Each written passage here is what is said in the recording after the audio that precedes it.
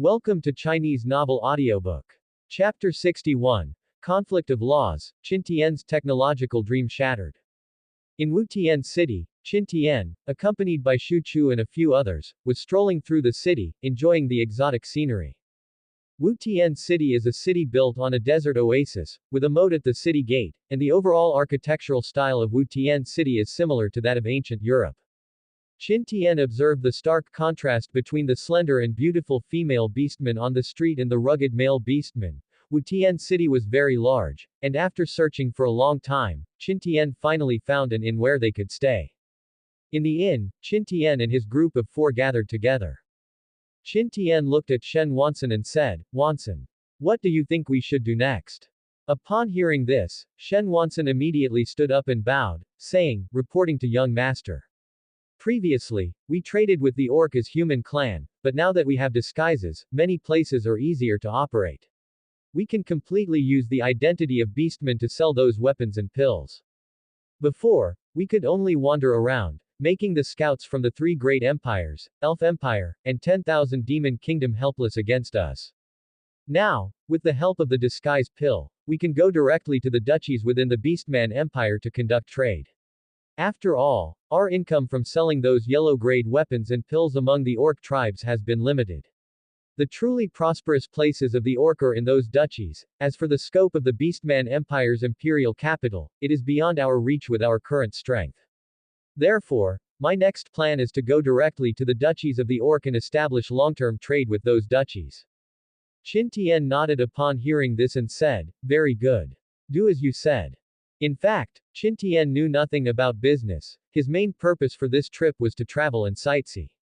After all, as a modern person, Qin Tian was very curious about the economic and cultural aspects of this world, and if he didn't experience it, wouldn't he have come to this world in vain?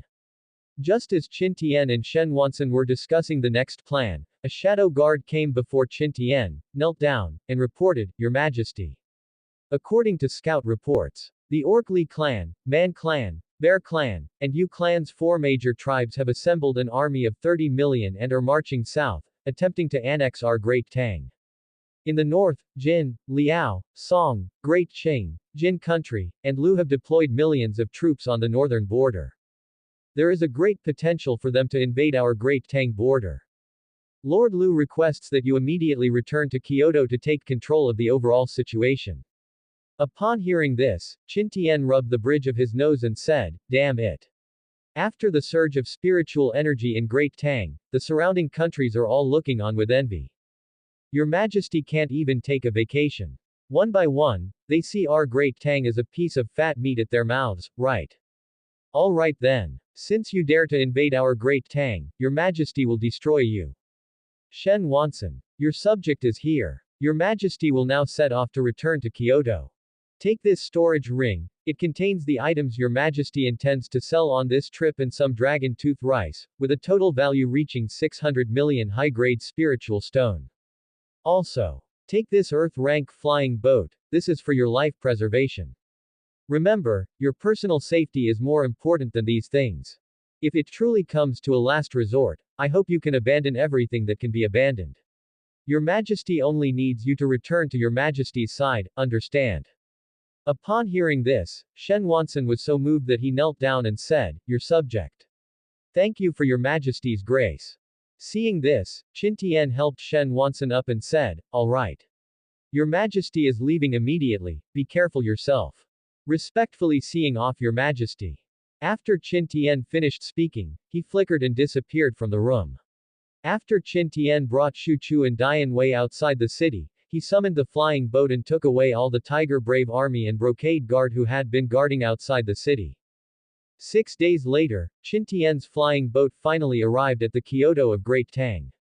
As soon as he returned to the imperial palace, Qin Tian, without even having time to change his clothes, summoned Lu Bowen, Fang Xuanling, and Zhuge Liang to the imperial study. Qin Tian looked at the people below and said, "Now, tell your Majesty about the current situation of Great Tang." Upon hearing this, Zhuge Liang stepped forward and said, "Your Majesty. Currently, the 5 countries bordering Great Tang in the north have deployed troops on the border. Under General Bai's integration of Yan country and Qi, the number of Great Tang's troops has surged, reaching 110 million.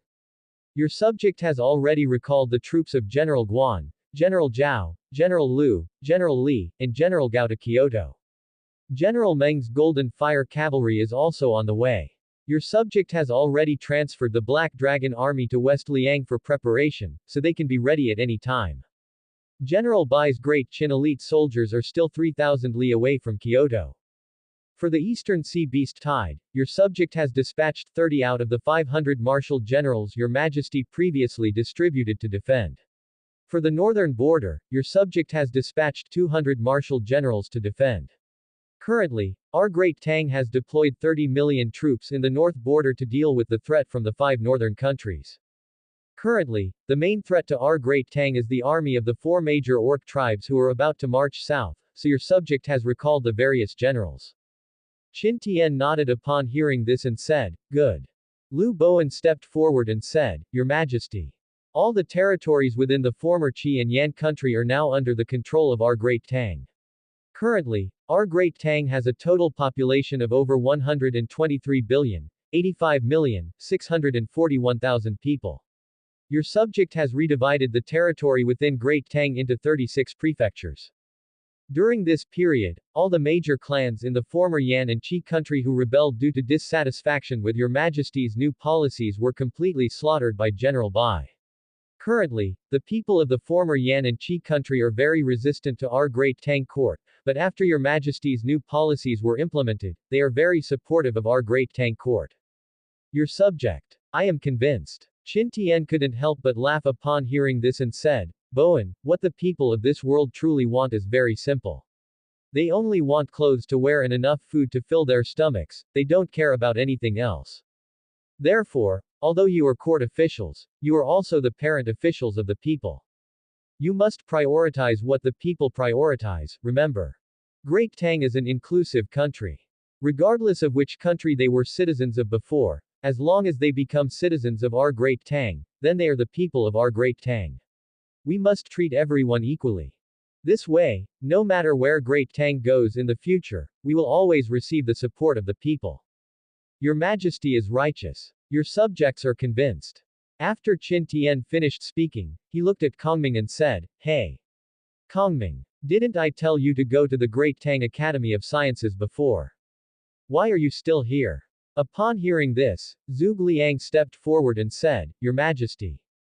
We have read the information you provided. Although those things are very profound, they simply don't work here. Take the simplest example of electrolysis of water. On the Tianshuan continent, water simply cannot be electrolyzed." Qin Tian looked puzzled upon hearing this and said, "Why? Because the laws of heaven and earth do not allow it. Just like the laws of thermodynamics, the lowest temperature that can be reached according to the laws of thermodynamics is -273.15 degrees. However, on the Tianshuan continent, any martial artist who cultivates ice element techniques can instantly freeze someone into a block of ice. Therefore, the laws of this world conflict with the information you provided." Upon hearing this, Qin Tian couldn't help but feel greatly disappointed. After all, it was something he had spent so much money to buy, and now he was told it was useless. That feeling was not good. Chapter 62. The increasingly terrifying Bai Qi.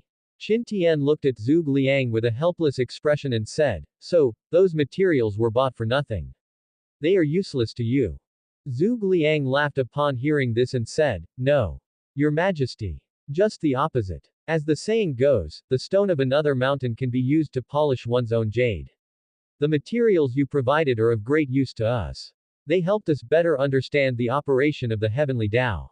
Moreover, we also received considerable inspiration from them. Many materials whose uses we couldn't figure out before have now become clear after reviewing your materials, which gave us great enlightenment. We have now initially explored 3 potentially achievable results from the materials you provided: floating formations, spirit stone cannons, and small teleportation arrays. The first is the floating formation learned from the anti-gravity system. We borrowed its characteristic of using external force to strike back and created the floating formation. We can apply this formation to our flying ships. No. It's on warships. This way, we can use iron warships, which will greatly enhance their combat power and defense compared to those wooden flying ships. As for the second item, Qin Tian felt dizzy listening to Zhuge Liang's introduction because, as a liberal arts student, he didn't understand so many technical terms. Seeing Zhuge Liang looking excited as if he had discovered something and wanted to continue speaking, Qin Tian quickly stopped him and said, "All right. It's good that it's useful. I'll make arrangements now. Issue an order. Command. Guan Yu, Zhao Yun, Lu Biyu, Meng Tian, Gao Shun, Li Kunshao, and Bai Qi are to lead the army north with your majesty to suppress the Orc army. The 7 armies will be unified under Bai Qi's command. Zhuge Liang, heed the order. Your subject is here. Your majesty commands you to immediately go north. Prevent the north border from being invaded by enemy nations. Lu Bowen, Fang Xuanling, where are you? Your subject is here. Your majesty commands you two to stay behind and unify command. Station yourselves in Kyoto. Your subject. Your majesty. Issue an order to Zhang Han. Command him to lead 40,000 imperial guards with your majesty to advance out of Yumen Pass and meet the enemy. All of you, attend to your respective duties. Do not disappoint your majesty. You may withdraw." Upon hearing this, the few of them stood up and said, "Your subjects respectfully take our leave." After seeing them off, Qin Tian looked at Cao Zhengchun, who was hesitant to speak, and said, "Just say whatever you want to say." Cao Zhengchun walked forward upon hearing this, knelt down, and said, "Your Majesty. This humble servant wishes to accompany your Majesty on the personal expedition." Qin Tian was first stunned upon hearing this, then immediately understood Cao Zhengchun's little thoughts, and couldn't help but laugh. "Chief Eunuch Cao, do you perhaps feel that your Majesty has been neglecting you because I haven't kept you by my side all this time?" Cao Zhengchun immediately kowtowed upon hearing this and said, "This humble servant deserves 10,000 deaths. I should not have presumed to guess the imperial will." Qin Tian looked at Cao Zhengchun, whose forehead was touching the ground, and couldn't help but laugh. "Get up. Speaking of which, it seems your Majesty has indeed neglected you. How about this? This time you shall accompany your Majesty on the personal expedition." Qin Tian knew that he had indeed not handled this matter properly. After all, strictly speaking, Cao Zhengchun, as the chief eunuch, should always be by Qin Tian's side, but Qin Tian didn't take him anywhere. Over time, it was inevitable that there would be some rumors and gossip. Speaking of which, it was Qin Tian who had wronged him. Last time, Cao Zhengchun single-handedly held back 9D Yuan realm martial artists from the Blade God sect. Qin Tian then understood Cao Zhengchun's little thoughts. After all, as a eunuch, it was inevitable that he would have some minor thoughts, which were harmless. Cao Zhengchun trembled with excitement upon hearing this and said, "This humble servant. Thank your Majesty for your great grace." Early the next morning, Qin Tian gently peeled off the beautiful legs of Humei and Zhang Suyu that were wrapped around his waist. After washing up, Qin Tian came to the imperial study. In the imperial study, Qin Tian was eating snacks. Cao Zhengchun walked in and bowed, saying, "Reporting to your Majesty. General Bai and the men of the various generals have all arrived at the Imperial Guards camp." Qin Tian had only taken 2 bites of snacks when he heard Cao Zhengchun say this, so he quickly wiped his mouth and said, "All right. I understand. Bring my dragon steed. Your Majesty wants to go to the Imperial Guards camp to take a look." This humble servant obeys. In front of the Imperial Guards camp, the brocade guard had transported over 100 black coffins early in the morning. Each coffin was inscribed with several sealing formations. Among them, 9 huge iron coffins had many seals. Bai Qi stepped forward and stroked the iron coffins one by one, a slight smile playing on his lips. Guan Yu and others in the distance felt a chill in their hearts as they looked at Bai Qi's eerie smile. One must know that the current Bai Qi looked as eerie as could be. If ordinary people saw Bai Qi like that, they would probably be scared to the point of wetting their pants. Bai Qi mumbled as he examined the black coffins before him, a total of 119. "Lord Zhuge, I owe you a great favor." Immediately after, Bai Qi leapt up, constantly forming hand seals, and then 110 iron coffins were simultaneously flipped open. The elders of the Blade God sect, who had lost their limbs in the coffins, were now entangled by several chains formed by runes. Curses immediately rose and fell. Seeing this, Bai Qi's mouth curved slightly upwards. He didn't care about their curses. Immediately after, 9 god-slaying chains flew out from Bai Qi's body, piercing through the elders of the Blade God sect lying in the coffins. Soon, the scene fell into silence. The elders of the Blade God sect, who had been sucked dry, now lay quietly in the iron coffins as mummified corpses. After slaughtering the aristocratic families of the great Qi and Yan states, Bai Qi's cultivation had also broken through to the mid-stage of the Diyuan realm. After absorbing half of the cultivation of over 100 elders from the Blade God sect, Bai Qi finally broke through to the late stage of the Diyuan realm. Guan Yu couldn't help but swallow upon seeing Bai Qi and said, "This General Bai is indeed abnormal. He can actually break through just by killing people. No wonder you all say that General Bai and Dian Wei by your majesty's side are not to be provoked." However, Guan Yu immediately seemed to think of something and laughed, "No.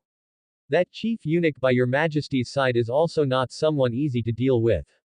Lu Bu looked at Guan Yu upon hearing this and laughed, "Isn't that what's most interesting? After I died, didn't you see everyone as someone to be beheaded? Why are you feeling pressured now seeing so many experts by your majesty's side?" Guan Yu rolled his eyes upon hearing this and said, "I still see everyone as someone to be beheaded." Lu Bu laughed upon hearing this, "Oh. You're so brave, why don't you go down and spar with General Bai?" Guan Yu's face turned red and he said, "HMPH. General Bai's realm is higher than mine now. I admit I can't beat him, but if it's with you, I'm not afraid of a fight." Lu Bu couldn't help but laugh upon hearing this, "That's great. Since coming to this world, I haven't gone all out.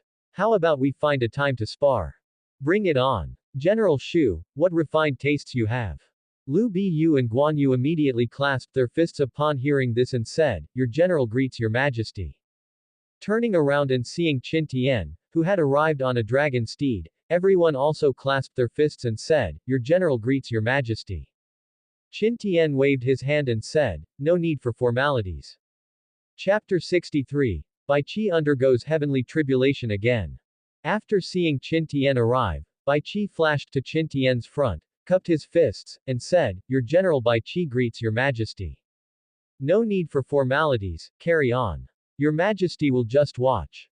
Yes. After paying his respects, Bai Qi came before the last 9 coffins, looked at the coffins surrounded by dense array patterns, waved his large hand, and the coffin lids flew up. Bai Qi followed suit, 9 chains flew out and pierced into the bodies of the Blade God sect's 9 supreme elders. Not long after, the cultivation of the Blade God sect's 9 supreme elders in the coffins was completely drained. Immediately, Bai Qi's aura began to climb continuously, Late Yuan realm. Earth origin realm peak. Half-step Tian Yuan realm. Qin Tian watched the constant fluctuations of Bai Qi's aura, then threw a Tian Yuan pill towards Bai Qi, who took the pill and began to consume it. As the pill entered his body, Bai Qi's aura surged, and in less than 15 minutes, he broke through the barrier between the Di Yuan realm and the Tian Yuan realm. Rumble. The heavenly tribulation clouds were gathering in the sky, and upon seeing this, Bai Qi hastily flew towards outside the imperial city. In a valley outside the imperial city, Qin Tian, accompanied by hundreds of thousands of troops, watched Bai Qi undergo the heavenly tribulation. Less than a year had passed since Bai Qi's last heavenly tribulation, and now he was undergoing it again, which fully proved the monstrous nature of Bai Qi's talent. What Qin Tian lacked were experts who could stand on their own, and Bai Qi in the Tian Yuan realm could just fill this void. Even in first-grade forces, a Tian Yuan realm expert was an elder.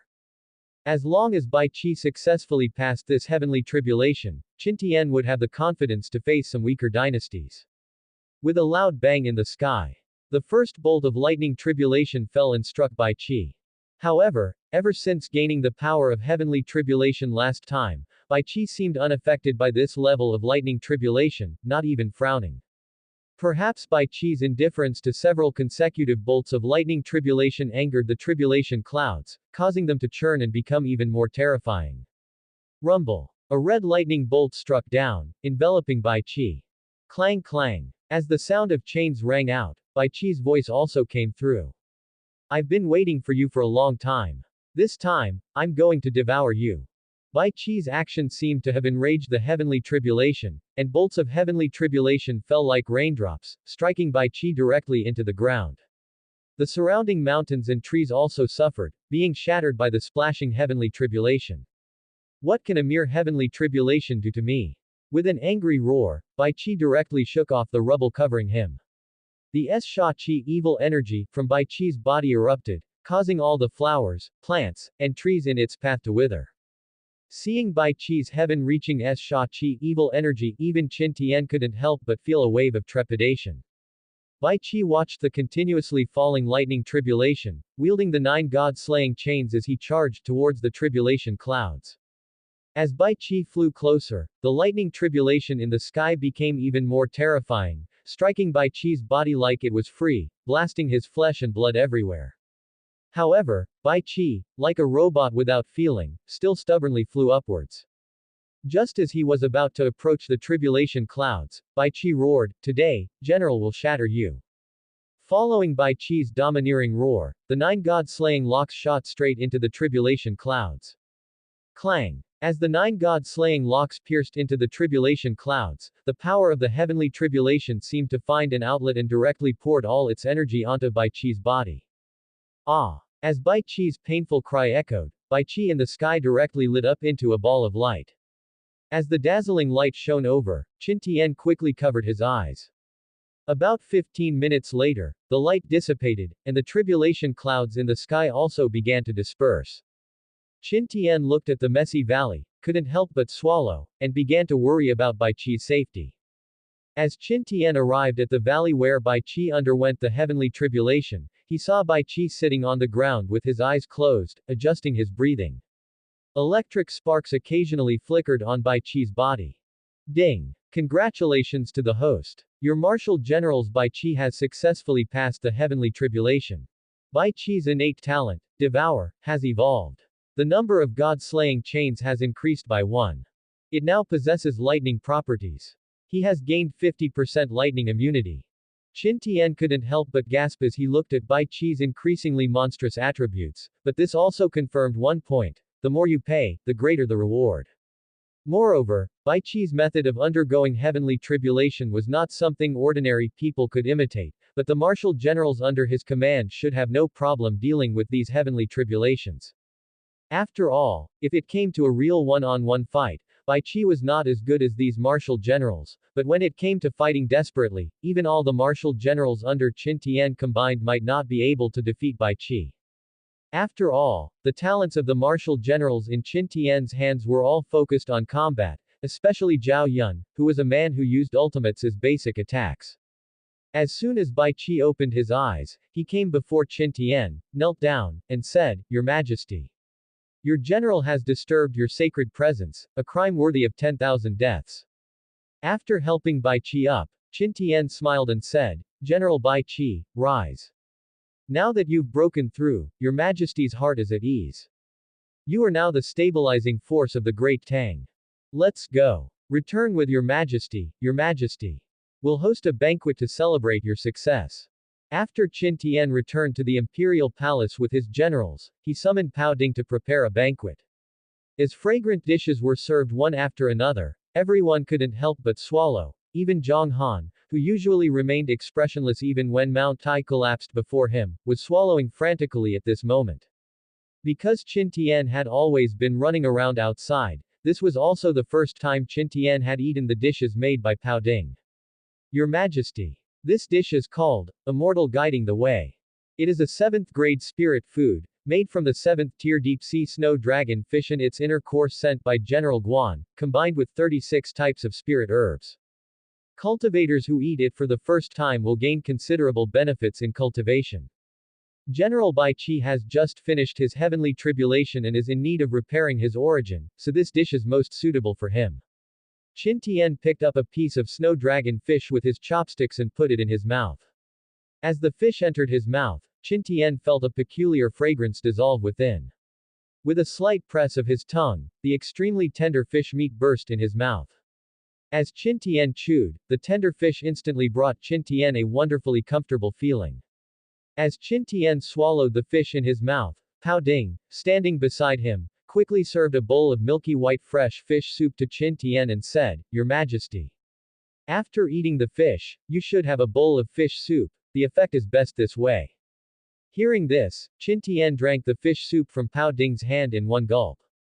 As the fish soup entered his body, a warm current exploded directly within his body. The energy contained in the fish meat consumed earlier burst forth at this moment, and Qin Tian's entire body was enveloped by a warm energy. After eating a piece of fish and a bowl of fish soup, Qin Tian actually felt full. One must know that Qin Tian, with a cultivation at the mid-Po Shu realm, could eat an entire cow in one meal, and that statement was not exaggerated at all. One must know that only after truly reaching the void realm can martial artists truly achieve abstention from grain. That is why dragon tooth rice is sold so hotly on the Tianshuan continent. The effects of dragon tooth rice can even have a certain impact on void realm experts. Chapter 64. 8 generals overcome disaster simultaneously. After Qin Tian opened his eyes, he saw the martial generals all staring at him and laughed, "Eat up. Why are you looking at me? Today is a family banquet. Everyone, there's no need to be reserved." Following Qin Tian's command, the martial generals began to eat. At first, they maintained some decorum, but as soon as the food entered their mouths, they all turned into hungry wolves devouring the food before them. Seeing everyone begin to wolf down their food, Pao Ding picked up a pot of wine and walked up to Qin Tian, saying, "Your Majesty. This is Qingzhou wine, a 6th grade spiritual wine brewed by your subject. This wine is very helpful for martial artists below the Tian Yuan realm in their cultivation." Qin Tian heard this, took the wine cup from Pao Ding's hand, and drained it in one gulp. Then Qin Tian laughed heartily, "Good wine." As the wine entered his body, a unique bamboo fragrance spread through his nose and mouth, and a warm current caused the originally solid realm barrier within Qin Tian's body to begin loosening. The martial generals present, upon smelling the wine's fragrance, all stopped what they were doing and stared intently at the wine pot in Pao Ding's hand. They had led soldiers in battle for years and could be said to be people who loved wine like their lives. So at this moment, upon smelling the wine's fragrance, they even felt that the delicious food before them was no longer appealing, and they were secretly swallowing their saliva upon smelling the wine. Qin Tian looked at the stunned martial generals and couldn't help but laugh. "Pao Ding. Is there more?" Pao Ding immediately bowed upon hearing this, reporting to Your Majesty. "Your subject anticipated that you would hold a celebratory banquet today, so I have prepared wine for every general. Then bring it all up." "Yes." As rows of beautiful maids presented pots of fine wine, the martial generals couldn't help but gulp hard, and then, after the maids had put down the wine, Shuchu and the others grabbed the wine pots and poured the wine into their mouths. After 3 rounds of dishes and 5 tastes of wine, Qin Tian was completely tipsy. After returning to his room, the aura on Qin Tian's body was ignited. Qin Tian's cultivation directly soared to the peak of the Po Shu realm. Immediately after, Qin Tian took out a cultivation pill and consumed it. Qin Tian then directly mobilized the Great Tang's destiny and, combined with the medicinal power, launched an assault on the realm barrier. 3 hours later, Qin Tian, using the medicinal power, broke through all the way to the Danyuan realm. After regulating his breathing, Qin Tian sensed several powerful auras surging out from Kyoto. Thus, Qin Tian flashed and arrived above the imperial palace. Cao Zhengchun, sensing the movement, came to Qin Tian's side and bowed, saying, "Congratulations, Your Majesty, on breaking through to the Danyuan realm. The movement just now was caused by the breakthroughs of several national dukes. Your Majesty, do not worry." Qin Tian nodded upon hearing this. "Your Majesty already knows. You may accompany Your Majesty to take a look." Yes. 8 figures surged out from the national duke's residence in the imperial city. Immediately after, 7 of those figures rushed towards outside the city. Seeing this, Qin Tian quickly took Cao Zhengchun and followed. 50 li outside the Great Tang Imperial City is the Tiger Tooth Mountain Range. Previously, Bai Qi chose the Tiger Tooth Mountain Range for his heavenly tribulation. At this moment, 7 imposing figures appeared above the Tiger Tooth Mountain Range. The auras on their bodies were constantly condensing, and the tribulation clouds in the sky also began to gather, extending for hundreds of li and continuously condensing over the Tiger Tooth Mountain Range. At a certain moment, Zhao Yun was the first to break through his own barrier. A powerful aura surged out, and the Diyuan realm aura caused the surrounding rocks to scatter in all directions. Just as Zhao Yun's momentum accumulated to its peak, the other 7 martial generals also began to break through to the Diyuan realm. Qin Tian looked at the 7 figures in the sky and couldn't help but feel excited. He knew that if these 7 people all broke through to the Diyuan realm, then the Great Tang would have a certain foothold on the Tianshuan continent. Boom! With the descent of Zhao Yun's first lightning tribulation, the rest of the people also began to undergo their heavenly tribulation. Guan Yu and the others struggled under the lightning tribulation. They did not have Bai Qi's heaven-defying devour talent, so at this moment, they could only use their bodies to endure under the heavenly tribulation. Just as Qin Tian was fully focused on watching the 7 martial generals undergo their heavenly tribulation, Li Kunshao, Bai Qi, and Pao Ding came up behind Qin Tian and cupped their fists, saying, "Your subjects. Greetings, Your Majesty." Qin Tian looked at the 3 and said, "There's no need for formalities. You may rise." "Thank you, Your Majesty." Qin Tian looked at Li Kunshao, whose strength had already reached the late Diyuan realm, while Bai Qi's strength had also reached the middle Tianyuan realm. Qin Tian looked at Pao Ding and smiled. "Pao Ding. You are now a meritorious subject of my great Tang. What reward do you want? Just tell Your Majesty directly. Whatever it is, Your Majesty will satisfy you." Pao Ding looked at Qin Tian, smiled slightly, and then bowed, saying, "Your Majesty. Your subject wants to plant a batch of spiritual plants in the spiritual field to use as ingredients for snacks." Qin Tian looked at Pao Ding and smiled. "All right. Your Majesty grants you 1,000 mu. Do you have any other requests? Your subject also wants Your Majesty to help collect some spiritual plant seeds." Qin Tian looked at Pao Ding and said, "How about this? You make a list of the spiritual plants you need, and Your Majesty will send the seeds to you before tomorrow." Pao Ding's eyes lit up upon hearing this. He immediately took out a list from his storage ring and handed it to Qin Tian. After Qin Tian took the list and glanced at it briefly, he immediately put it into his storage ring. "Is there anything else you want? Say it all at once." Pao Ding cupped his fists upon hearing this, reporting to Your Majesty. "There is nothing else." Qin Tian smiled upon hearing this. "All right then. You have rendered great service today. Tomorrow, Your Majesty will order someone to send the rest of the rewards to you. Your subject. Thanks Your Majesty for the grace." Qin Tian nodded. "All right. Let's leave it at that for now." After Qin Tian finished speaking, he turned his head to look at the martial generals who were currently undergoing their heavenly tribulation. Among the 8 of them, Gao Shun's heavenly tribulation was the most arduous, because in terms of strength, Gao Shun was the weakest among these few, so he was having the most difficulty at this moment. Although Zhang Han was an assassin, his physical body was also very abnormal. The shadow demon body was no joke. Because he was undergoing the heavenly tribulation at the same time as several peerless martial generals, Gao Shun's heavenly tribulation was invisibly many times more difficult, but similarly, if he passed this heavenly tribulation, the benefits he would gain would be ineffable. Because every time a martial artist passes through a heavenly tribulation, their body will be reforged by the heavenly Tao, and the more difficult the heavenly tribulation is to pass, the greater the final reward. Just like Bai Qi now, even without using spiritual power, he could explode a group of Diyuan realm martial artists with just his physical body. From this, it can be seen that the greater the intensity of the heavenly tribulation, the greater the harvest. Guan Yu, Zhao Yun, and the others were different from Gao Shun. They stood quietly in place, letting the heavenly tribulation strike their bodies, using the power of the heavenly tribulation to cleanse themselves. Zhao Yun watched the tribulation clouds in the sky about to disperse, a smile played on his lips, and then he looked towards Lu Biyu and the others. The few of them exchanged glances and understood each other's intentions. Thus, the auras on their bodies surged, and almost simultaneously, they launched an attack towards the heavenly tribulation. Behind Lu Biyu, a demon god Dharma idol was condensed. Behind Guan Yu, an azure dragon was condensed. Shu Chu and Dian Wei each condensed a devil tiger. Behind Zhang Han, a shadow demon holding a sharp blade was condensed. Behind Meng Tian, a golden fire lion was also condensed. The condensed bloodline Dharma idols roared incessantly towards the sky, and what responded to them was the ruthless heavenly tribulation.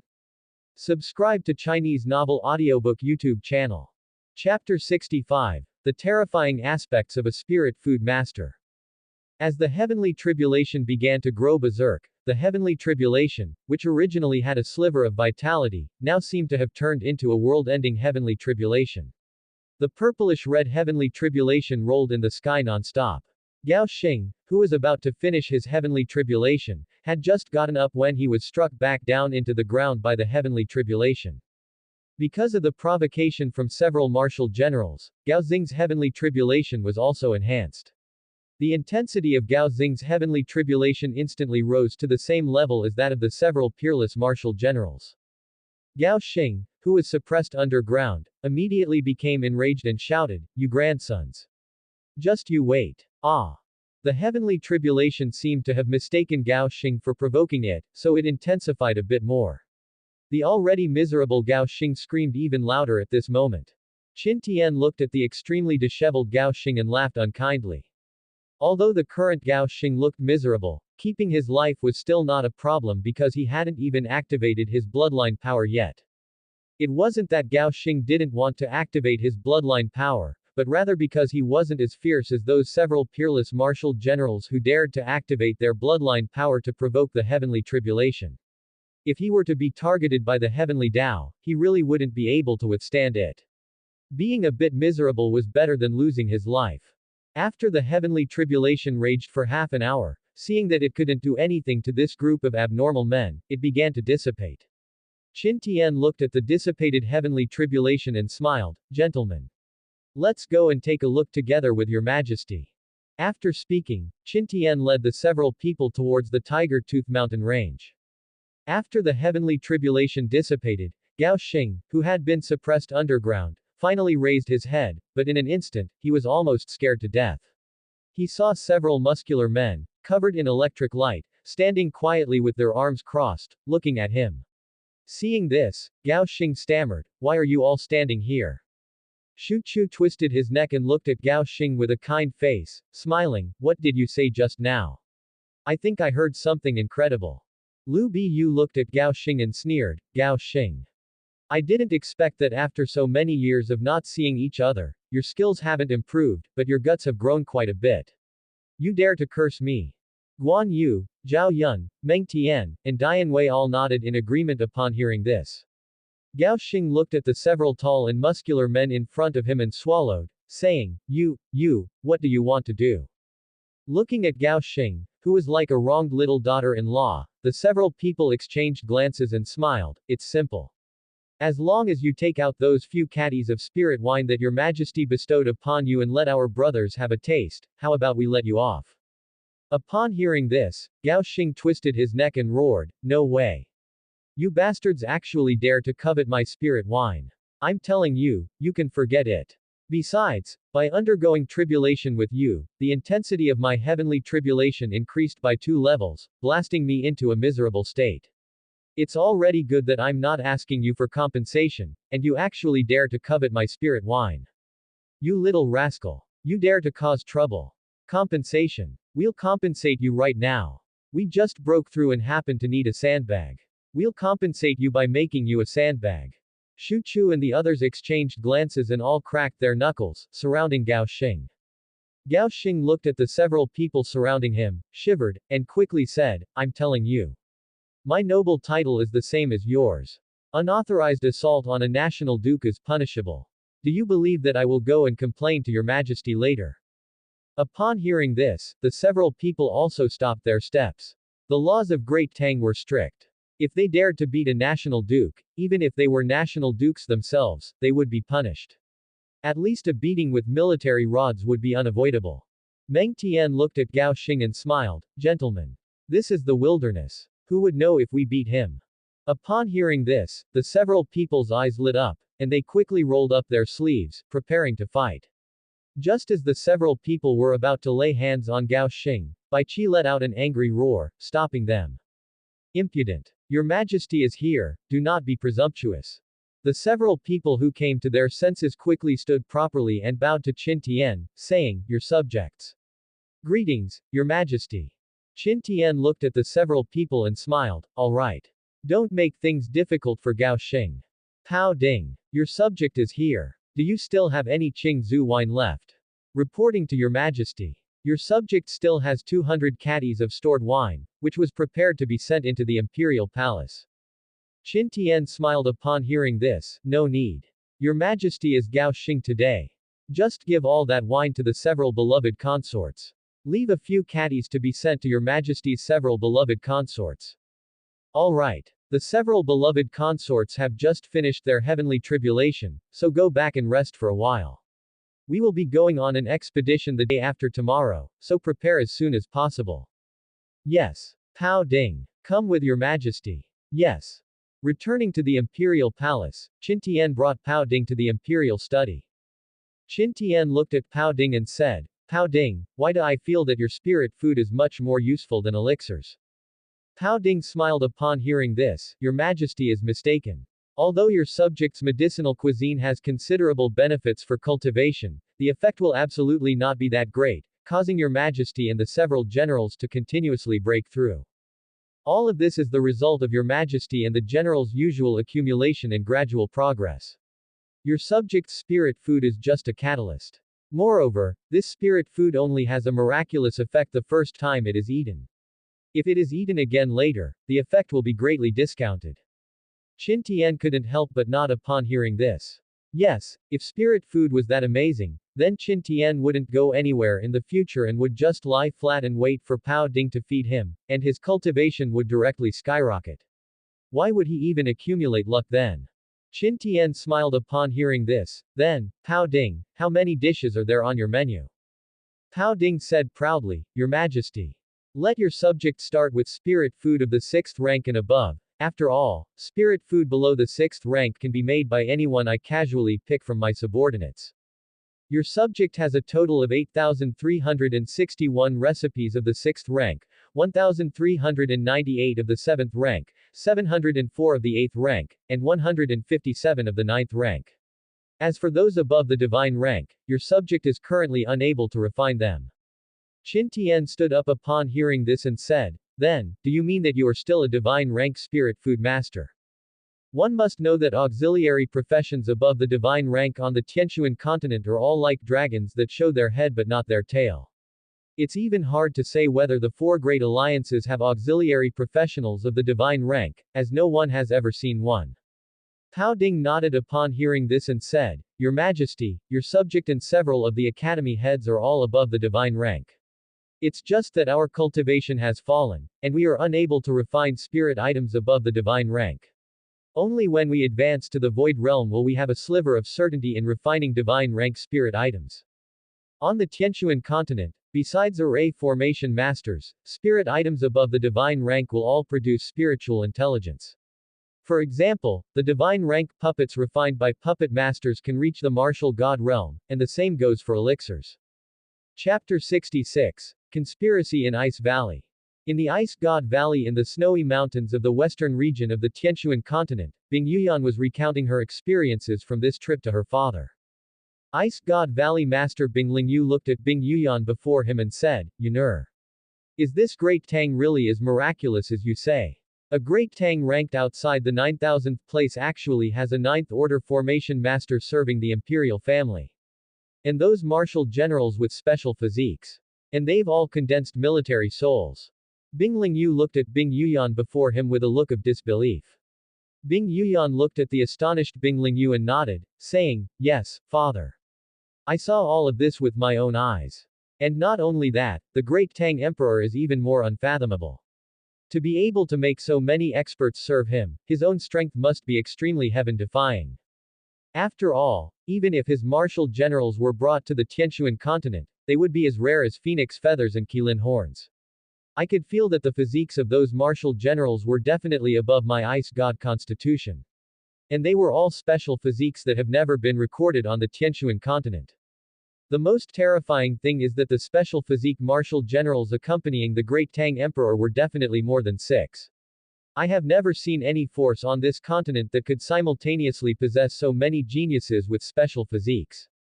The Ice God Valley Master immediately drew a sharp breath upon hearing this and said, Yuner. Is what you said true? As the Ice God Valley Master, whose cultivation had reached the martial god realm, Bing Lingyu naturally knew how important it would be for the Ice God Valley to simultaneously possess so many geniuses with special physiques. One must know that the Ice God Valley was currently at the bottom of the rankings among the many first-grade forces. Apart from him and Bing Yuyan, there was no one else in the entire Ice God Valley with a special physique. Other first-grade forces had at least 4 or 5 young geniuses with special physiques, and even some powerful second-grade forces had 1 or 2 such geniuses. If the Ice God Valley didn't have him, a martial god, supporting them, they would have long been pushed out of the ranks of first-grade forces.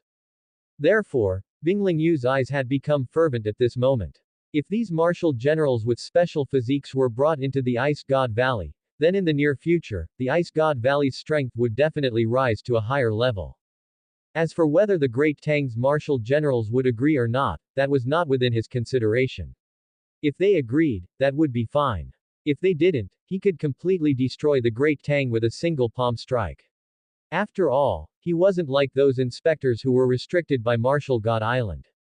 Bing Yuyan looked at her father's constantly changing expression and couldn't help but frown, saying, "Father, I advise you to abandon this idea.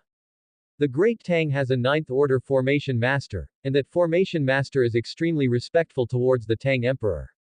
Although that 9th order formation master doesn't seem to have joined the Array Formation Alliance yet, if you push him too hard and he seeks assistance from the Array Formation Alliance, the Array Formation Alliance will definitely not stand idly by.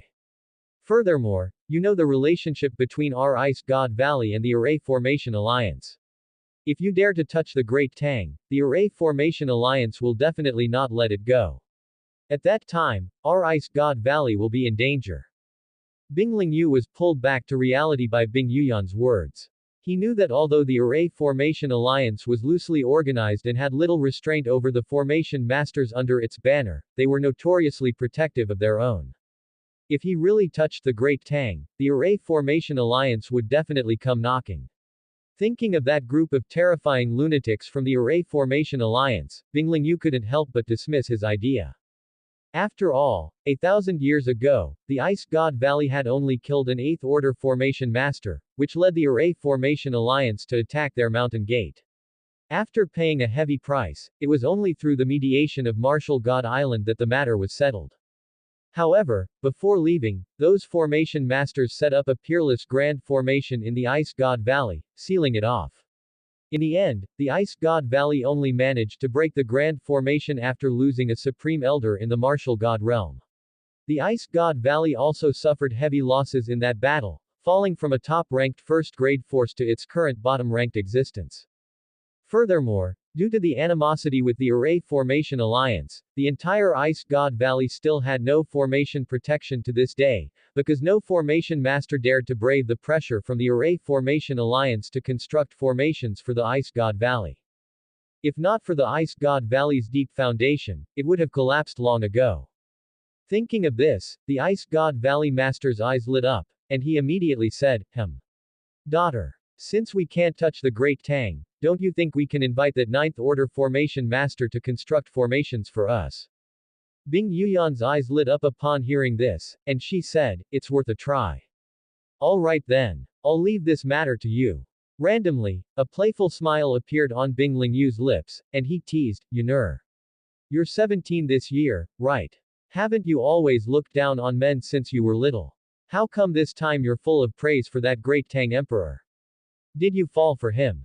Bing Yuyan's face turned red upon hearing this, and she said, "No way. I just think that Great Tang Emperor's strength is not bad, that's all." "Father, don't talk nonsense." Looking at his daughter's shy expression, Bing Lingyu couldn't help but laugh heartily. He now wished his daughter would immediately get together with Qin Tian. After all, once the two were together, wouldn't Qin Tian's people belong to the Ice God Valley? At that time, once he passed his position to Bing Yuyan, the Great Tang and the Ice God Valley would directly become one entity. Bing Lingyu was very covetous of those few martial generals. After so many years, the Ice God Valley's original foundation left behind could not last much longer.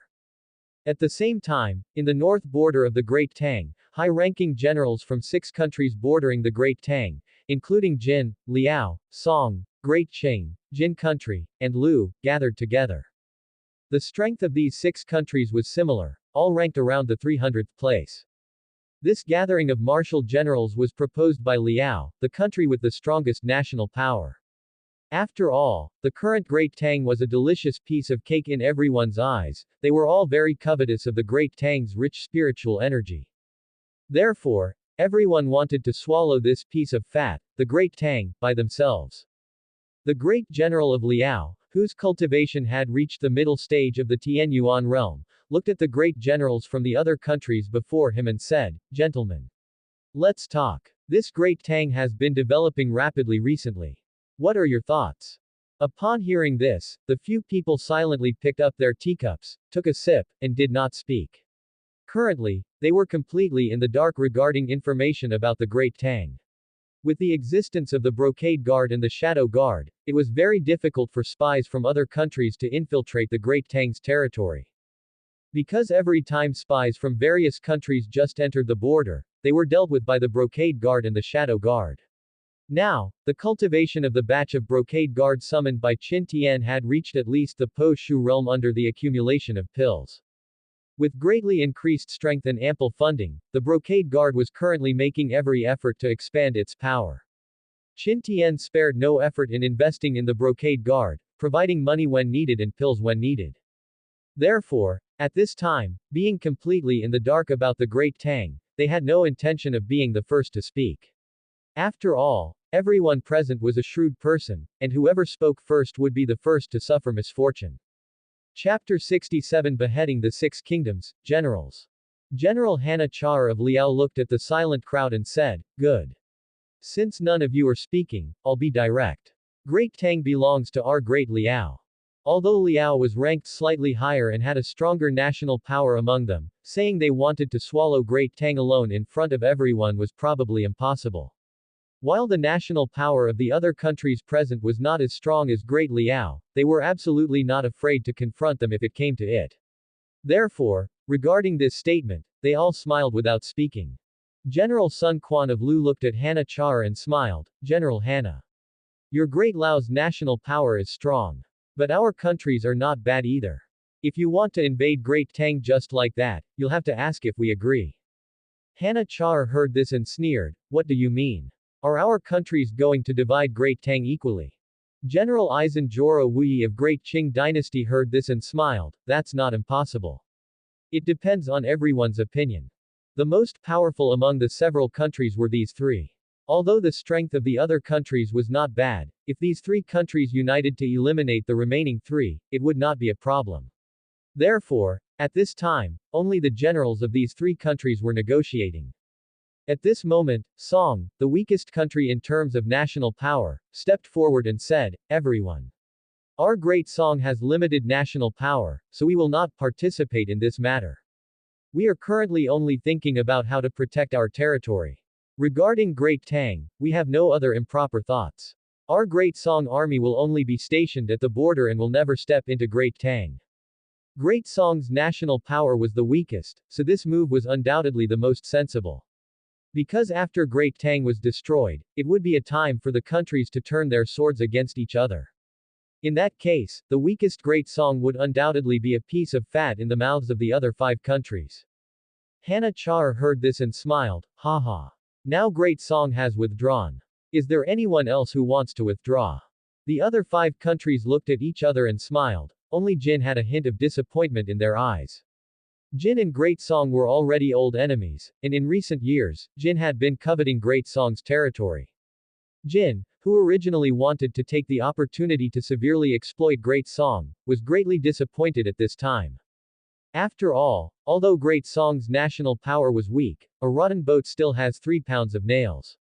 Any country present that wanted to annex Great Song would definitely suffer significant losses to their own strength. Therefore, the weak and struggling Great Song survived in this environment surrounded by strong enemies.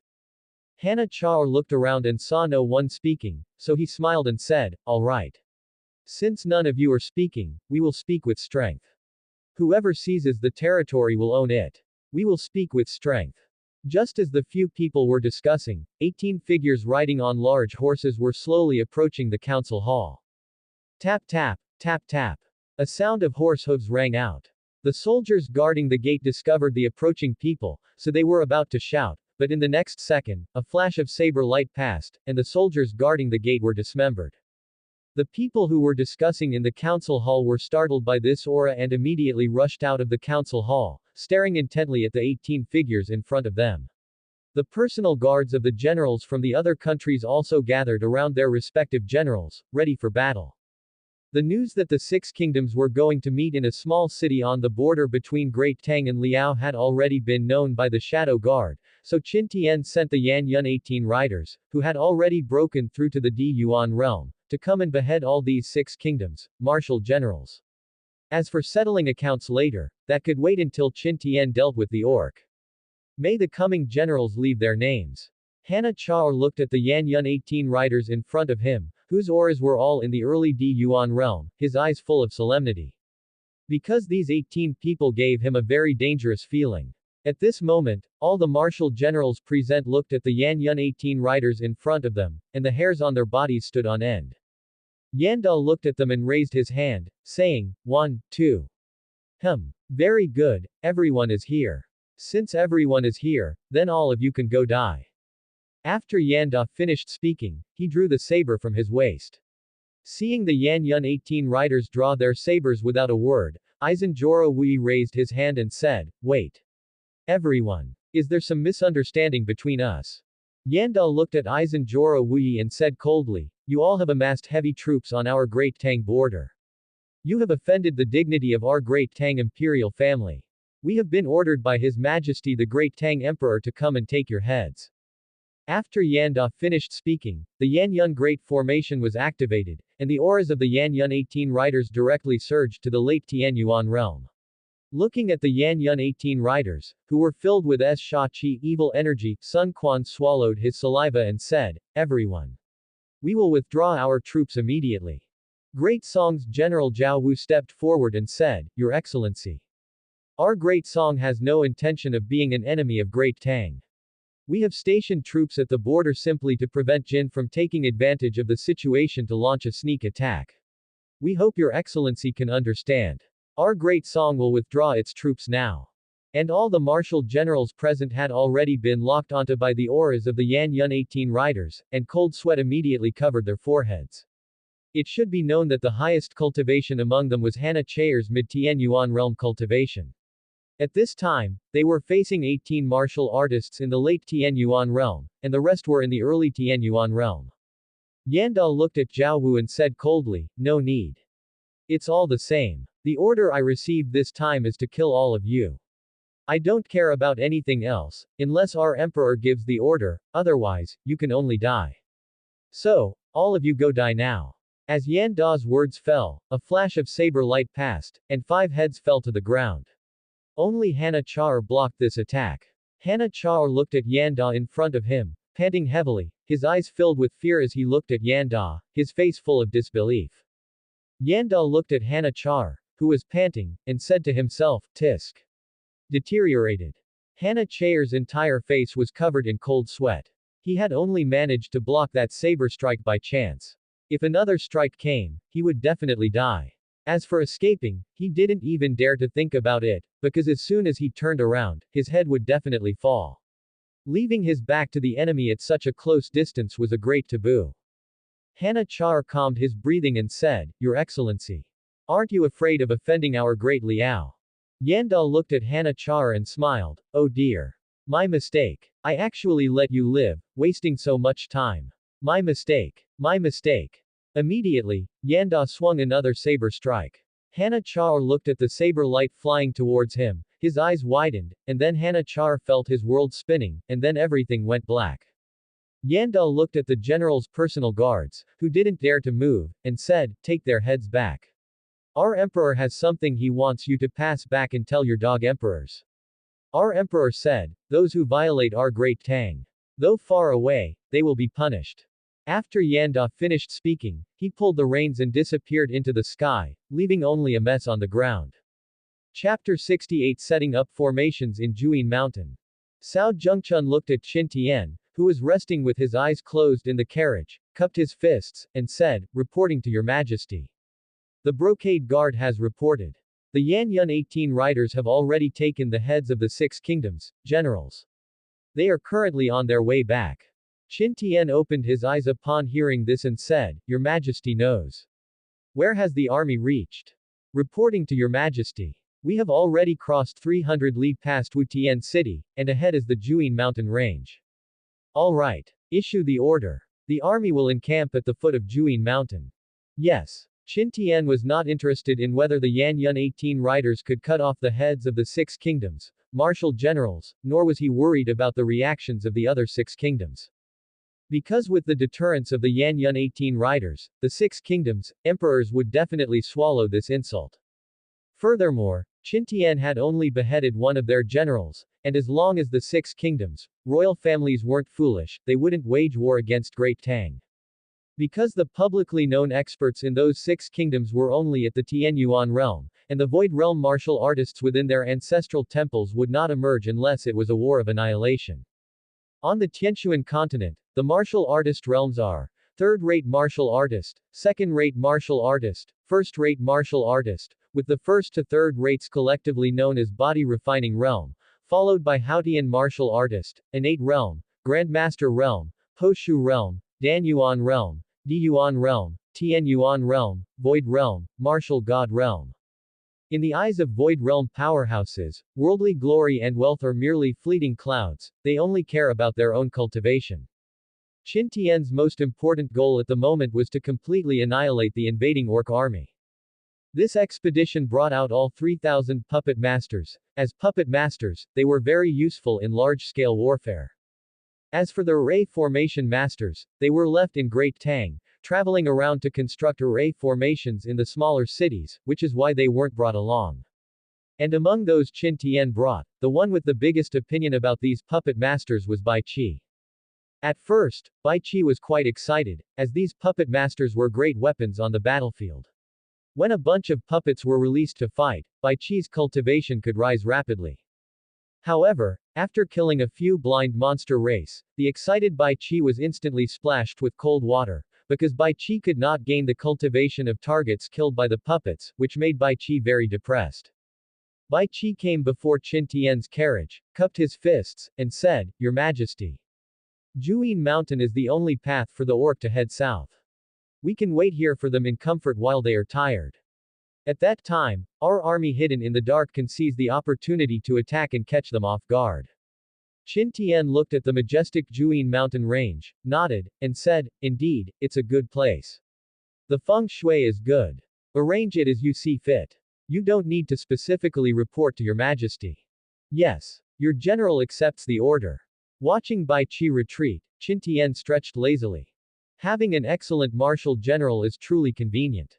Actually, Qin Tian's main purpose for this trip was to go sightseeing and enjoy the scenery, as he didn't need to worry about government or military affairs.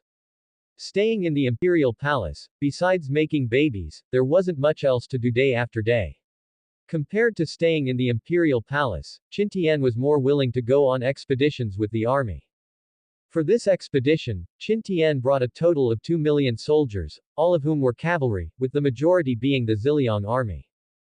There was no other way. Among the cannon fodder troops Qin Tian currently had, only the Ziliang army could fight.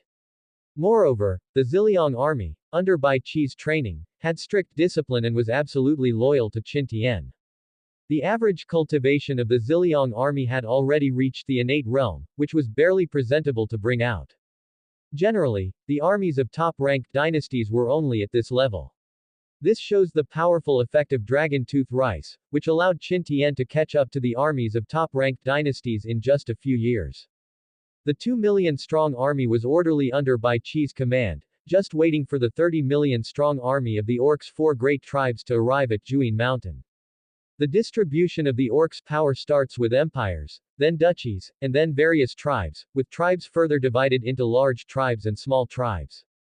This division is actually similar to the human clan's 3 classifications of countries, but only duchies and empires possess fertile land, while the tribes can only nomadically roam the desert grasslands. And a large part of the reason why the powerful beastman tribes do not head south to conquer human clan countries is that it is not worth it. Although the human clan's dynasties are weak in strength, if they were to truly fight, the orc would also pay a huge price, and both the human clan and the monster race on the Tianshuan continent are very disgusted with the orc. Therefore, once a country is annihilated, the remaining countries will definitely join forces to drive the beastmen out. For the surrounding dynasties, this is a great opportunity, which is why the orc often only head south to plunder and not to annihilate countries. Although the 10,000 Demons Empire is called an empire, it has no royal family, only various imperial clans. The 10,000 Demons Empire was formed to counter the threat of the Beastman Empire and the human clan's three great empires. Since most of the subjects of the 10,000 Demons Empire are monster race without intelligence, there are no rules to speak of. For those who said why Great Tang, being so weak, could survive in the cracks between the Grand Shah Empire, do you understand now? The Elf Empire is not involved in worldly disputes, wantonly killing would be detrimental to their cultivation as they align with the laws of heaven and earth. If you think the Elf Empire's combat power is low because of this, you would be greatly mistaken. The elves of the Elf Empire have explosive combat power, every member of the elf race is a natural archer. Furthermore, the dark elves among them have incredibly powerful close combat abilities. Under this formidable combination, every warrior of the elf race is a killing machine. 800 li away from Juin Mountain, the orcs' 30 million strong army had converged, preparing to head south. The leaders of the Li clan, Man clan, Bear, and Yu clan, four great tribes, were all gathered together at this time, discussing the upcoming matters. The leader of the Li clan was an ape man, covered in fur from head to toe, like a big monkey. Li Ba looked at the people before him and said, "Everyone, this time we have sent out all our elites. Taking down Great Tang shouldn't be a problem, but the issue is how we will deal with the attacks from the other human clan countries after we take Great Tang." Manda, the clan leader of the Man clan, stood up and said, "Isn't that simple? When we conquer Great Tang, we will kill all their citizens, and then relocate the tribesmen from our tribes into Great Tang. Great Tang is a truly good place. Before, it was just barren land, and we didn't think much of it. But now, the spiritual energy concentration in Great Tang is many times stronger than before, and its territory has also expanded many times. If we conquer Great Tang, our four great tribes can merge directly. Moreover, our orc and the human clan have an agreement that Void Realm powerhouses cannot interfere in the wars between the two races. So, by then, with our strength, we can completely defend Great Tang and turn it into our territory. With such fertile land, a new duchy will appear in our Beastman Empire in the near future." Yu Lingkong, the clan leader of the Yu clan, also nodded upon hearing this and said, "Manda is right. With the military strength we have, it is enough to defend Great Tang. Furthermore, the other human clan countries cannot afford to suffer heavy losses to annihilate us. This matter can be done." The clan leader of the Bear clan said upon hearing this, "All right, I also agree. I've had enough of the harsh weather on the grasslands. It's time for us to secure a piece of land for our descendants to live and thrive." Chapter 69. War Clouds Gather. The orc army from the four major tribes combined and rushed menacingly towards Juin Mountain. Report. Reporting to Your Majesty. A scout from the front line reports. The orc army advancing south this time has a total of 38 Tian Yuan realm martial artists, among which the leaders of the four major tribes are all at Tian Yuan realm peak. There are 263 D Yuan realm martial artists. The cultivation of the 30 million strong orc army is mostly at the innate realm. Hearing this, Qin Tian stood up and looked into the distance with a heavy expression. This time, the orc were not coming with good intentions. If Great Tang did not handle this well, the losses would likely be immense.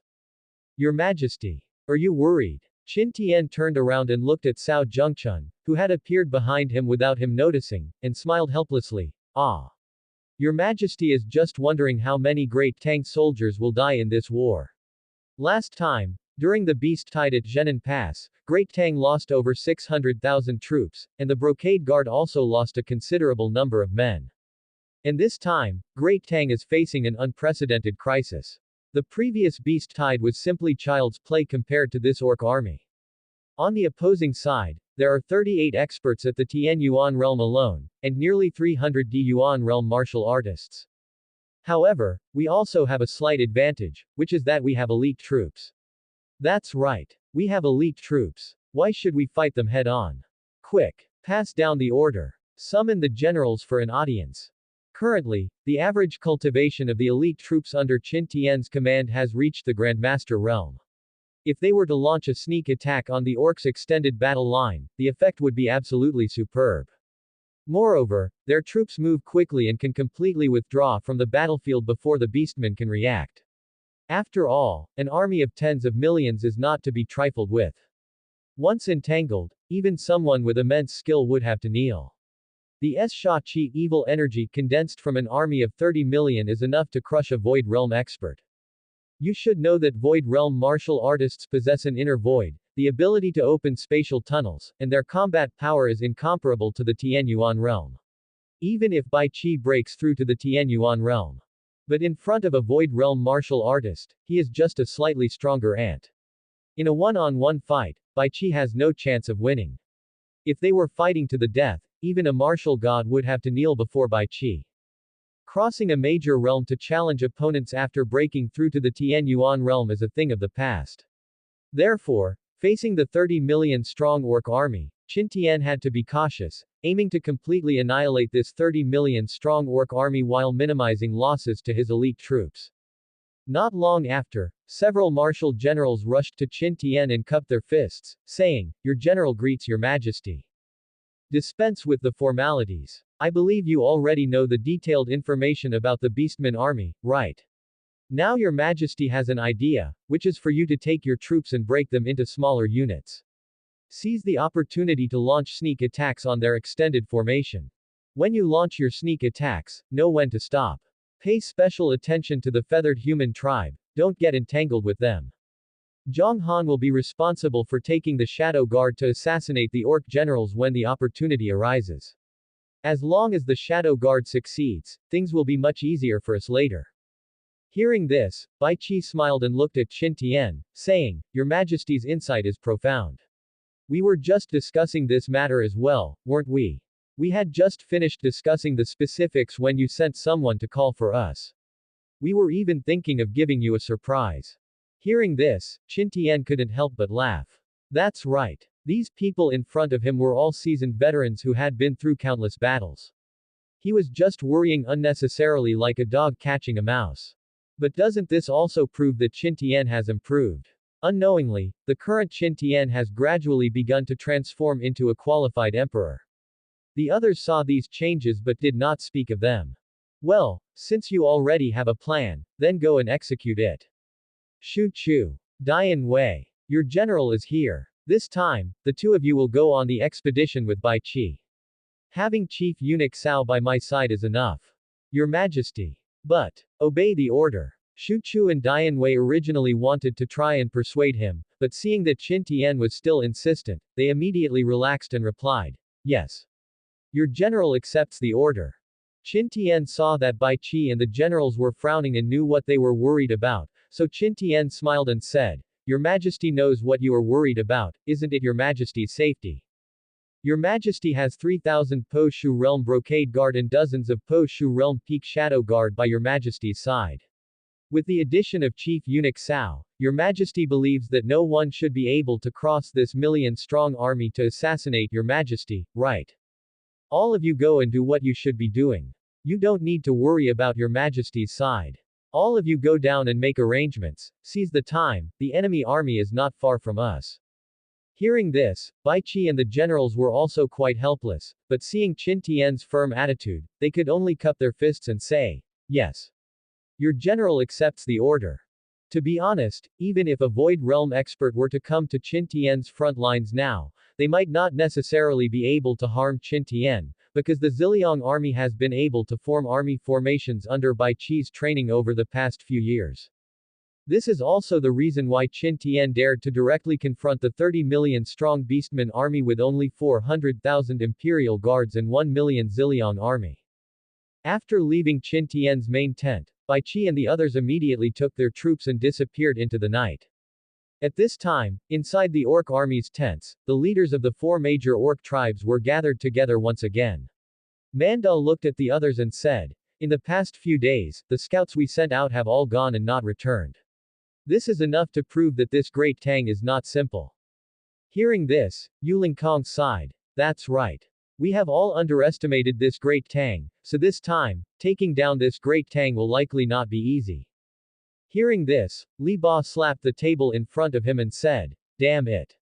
Recently, I've lost over 300 skilled Grandmaster realm experts. These great Tang scouts are like ghosts, appearing and disappearing without a trace. We've even lost 14 Poshu realm experts. Yet, we haven't even seen a single hair on them." Hearing this, Shang Badian said in a deep voice, "Our situation is also similar. Recently, your major tribes should have also suffered losses, right? I think we should first shorten our battle line before reaching Great Tang. I've been feeling uneasy lately, and I always feel that Great Tang will ambush us somewhere. After all, our current battle line is too long. If Great Tang carries out small-scale attacks, we will likely face significant losses." Hearing this, Yuling Kong said, "Then can we also send out small groups of elite troops to ambush their main camp?" Hearing this, Shang Badian immediately retorted, "We don't even know the location of their army, what will you use to attack? Your head. Let's not even talk about whether we can find them. Just look at the scouts we sent out these past few days, they were all top-notch experts. After being sent out, they disappeared without a sound. What frightens me the most is that many scouts were clearly not far from the main camp, but the next second, their aura completely disappeared. Even I didn't sense how they vanished. So, you had best give up on this idea, otherwise, no matter how many troops you send out, it will be useless." Chapter 70. Harassment. Beheading! Exclamation mark. Outside the Orc army camp, Bai Qi, accompanied by several generals, surveyed the Orc camps stretching for hundreds of miles and said, "Fellow generals. Later, we will all condense our military souls together and harass the Orc army formation. Remember to leave quickly after the attack. They are numerous and slow to react. We must withdraw before they can respond. The bigger your commotion, the better. Ideally, you can cause a riot among them and create opportunities for the Shadow Guard. Later, we will launch our attacks simultaneously. The Orc scouts have already been cleared out by the Brocade Guard, so they are now blind. We will attack them all at once. The Orc army formation is currently well ordered, which suggests they anticipated our raid. This shows that the Orc commanders this time are not simpletons. This raid must be quick. Otherwise, it will be troublesome if we get pinned down. Later, you will act freely. After getting into position, wait for the signal and launch your attacks simultaneously." Yes. Following Bai Qi's command, several individuals led their troops to stealthily approach the Orc army. Half an hour later, a flare exploded in the night sky. Lu Bu and others, who were lurking not far from the Orc main camp, immediately sprang into action, and one by one, military souls were condensed. At the same time, the four Orc leaders discussing tactics in the commander's tent sensed several auras reaching the half-step void realm approaching and instantly stood up. Manda sensed the approaching auras, slapped his thigh, and exclaimed, "Not good. Enemy raid." After speaking, the several individuals flew into the air, looked down at the Orc main camp, and shouted, "Enemy raid." Following their loud shouts, the Orc army quickly assembled in a panic, but it was already too late. In the sky, 9 colossal figures appeared.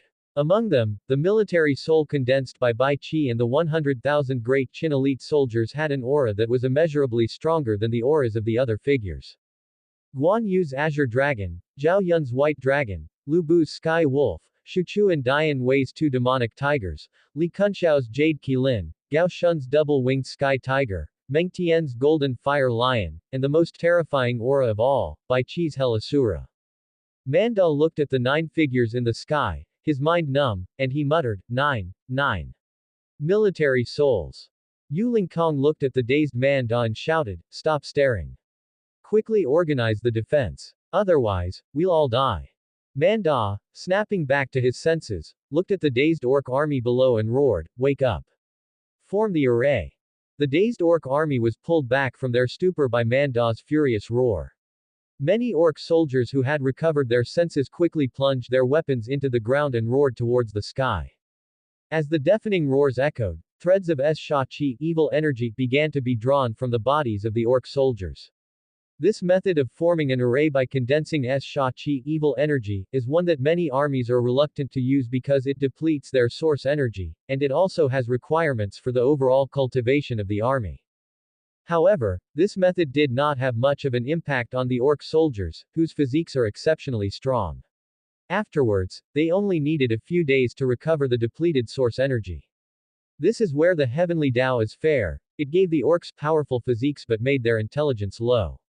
In an instant, the Sha-Qi evil energy from the orc soldiers was concentrated on the bodies of the 4 leaders.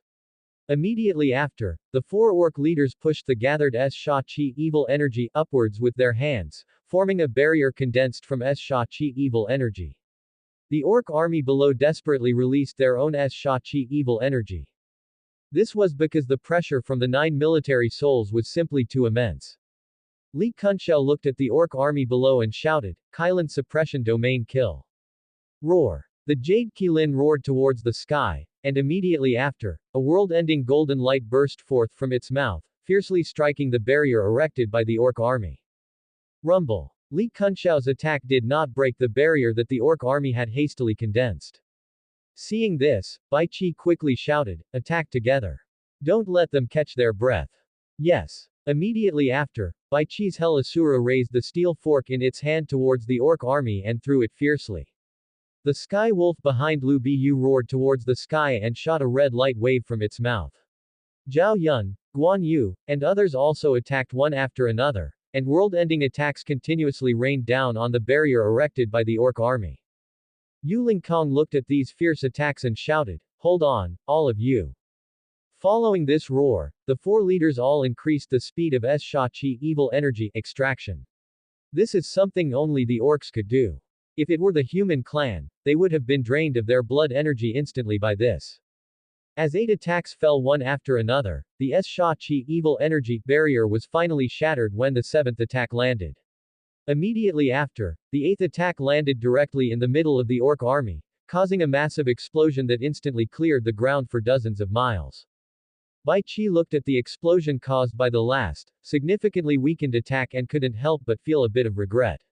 However, he also knew that now was not the time to dwell on it, because the orc army had already reacted. If they didn't leave now, they would be in trouble today. Withdraw. After saying this, Bai Qi immediately led the great Qin elite soldiers and quickly ran away. Zhao Yun and the others were also seasoned generals who knew that if they didn't run now, they wouldn't have a chance, because the Sha-Qi evil energy from the orc army below was accumulating more and more. If they didn't leave now, they really wouldn't be able to. So, in a flash, the 9 towering military souls, originally 200 meters tall on the battlefield, disappeared. Shang Badian looked at the 9 giant figures disappearing in the sky and angrily said, damn it. So frustrating. They attack and run, and we can't do anything to them. After saying this, he raised the battle saber in his hand and swung it towards a nearby small mountain. With a flash of the blade light, a small mountain was directly shattered. Yu Lingkong flapped his wings, looked at the 2-mile-wide, 100-meter-deep pit that had appeared on the ground, and said in a deep voice, all right, the enemy has withdrawn. Let's quickly tally the losses this time. This enemy raid has greatly impacted morale. The 4 of us will take turns on duty tonight. The enemy is very cunning, and we must be on guard. As Yu Lingkong's words fell, the auras on the several individuals relaxed, and the orc main camp, which had been filled with Sha-Qi evil energy, immediately saw the Sha-Qi evil energy dissipate. But the next second, a flash of blade light passed, and Yu Lingkong's head was severed. Zhang Han grabbed Yu Lingkong's head and vanished into the darkness. All of this happened extremely quickly, and the other 3 leaders had no time to react, because they had all thought the enemy had withdrawn and thus lowered their guard. They never expected someone to be lurking nearby at this moment. 3 powerful divine senses surged out, frantically scanning everything around, while Zhang Han had already vanished without a trace. Chapter 71 Shen Wanson arrives at the Principality of Centaurs. The 3 who had reacted wiped the cold sweat from their brows. They knew that just now they hadn't detected any great Tang assassins lurking around at all. It was a good thing the assassin chose Yu Lingkong just now, otherwise, given their state at that moment, they definitely wouldn't have been able to dodge that attack. When Zhang Han was at the Danyuan realm peak, he could assassinate Li Zan, who was at the Tian Yuan realm mid-stage. Now that he had broken through to the Di Yuan realm early stage, and with Yuling Kong being extremely relaxed, assassinating him naturally didn't take much effort. Xiong Batian looked at Yuling Kong's headless corpse on the ground and sighed, notify the Yu clan people to come and clean this up. Now that Yuling Kong is dead, things will be difficult for us next. Li Ba looked at the headless corpse on the ground and felt a chill run down his spine. At this moment, he actually felt as if he really shouldn't have come here. Looking at the gloomy Li Ba, Manda stepped forward, patted Li Ba's shoulder, and said, all right. Stop spacing out, let's quickly organize our teams. This great Tang is not simple. Soon, a Tian Yuan realm late-stage expert from the Yu clan took over as the leader of the Yu clan. In fact, a large part of the reason Zhang Han assassinated Yuling Kong was because the Yu clan had wings and were very fast. Once the war started, the trouble caused by the Yu clan would definitely be much greater than other clans, because they could fly, were fast, and numerous. Ground troops were completely helpless against them. When the fighting broke out, the Yu clan's threat would definitely be the greatest. The new Yu clan leader was Yuling Kong's younger brother, Yu Lingyun. With the help of Manda and others, Yu Lingyun quickly took control of the entire Yu clan. Normally, these three might have taken the opportunity to annex the Yu clan, but currently, because of the threat of the Great Tang, they had to help Yu Lingyun control the entire Yu clan. Soon, the few of them gathered together again. Yu Lingyun looked at the others and said, everyone. My brother was just killed by those hateful human clan. We must avenge this. Manda looked at Yuling Kong and said coldly, let's talk about revenge later. For now, let's first tally our respective losses. Xiong Batian stood up and said, just now, our Xiong clan lost 80,000 troops, 65 Dan Yuan realm, and 13 Di Yuan realm experts. The Dan Yuan realm and Di Yuan realm were all killed by assassination, and the rest were killed by the explosion. Manda heard this and said in a deep voice, our Man clan lost 130,000 troops, 109 Dan Yuan realm, and 4 Di Yuan realm. Our situations are similar. Our Li clan lost 310,000 troops, 400 Dan Yuan realm, and 6 Di Yuan realm. That attack just now landed in our Li clan, so the losses were significant. The Yu clan lost 3 Di Yuan realm and 1 Tian Yuan realm peak. Hearing this, Yu Lingyun immediately felt much more balanced in his heart. After all, their losses this time were the greatest. If the other tribes had suffered no losses at all, then the Yu clan's status would truly be hard to say. Manda summarized the data and sighed, our losses this time are significant. Yuling Kong is gone, which is a huge blow to morale, and there are also many wounded soldiers after this attack. However, if those wounded soldiers use the elixirs bought from that mysterious merchant to treat themselves, the problem should not be big. The most important problem now is what we should do next. After successfully executing one move, Bai Qi gathered his men together again. The several proud and fierce martial generals present were all very impressed with Bai Qi. After all, Bai Qi was a ruthless person who had single-handedly slaughtered half of the armies of the Six Kingdoms. Bai Qi was infamous in Chinese history, so everyone was very respectful of Bai Qi. Bai Qi looked at the people in front of him and smiled, very good. This sneak attack was generally successful. If we fight them head-on, we can't beat them, but next, they will definitely be on guard, so if we want to sneak attack again, it should be very troublesome. Right now, we need to. Just as Bai Qi was about to continue speaking, he suddenly felt a tremor in the surrounding space.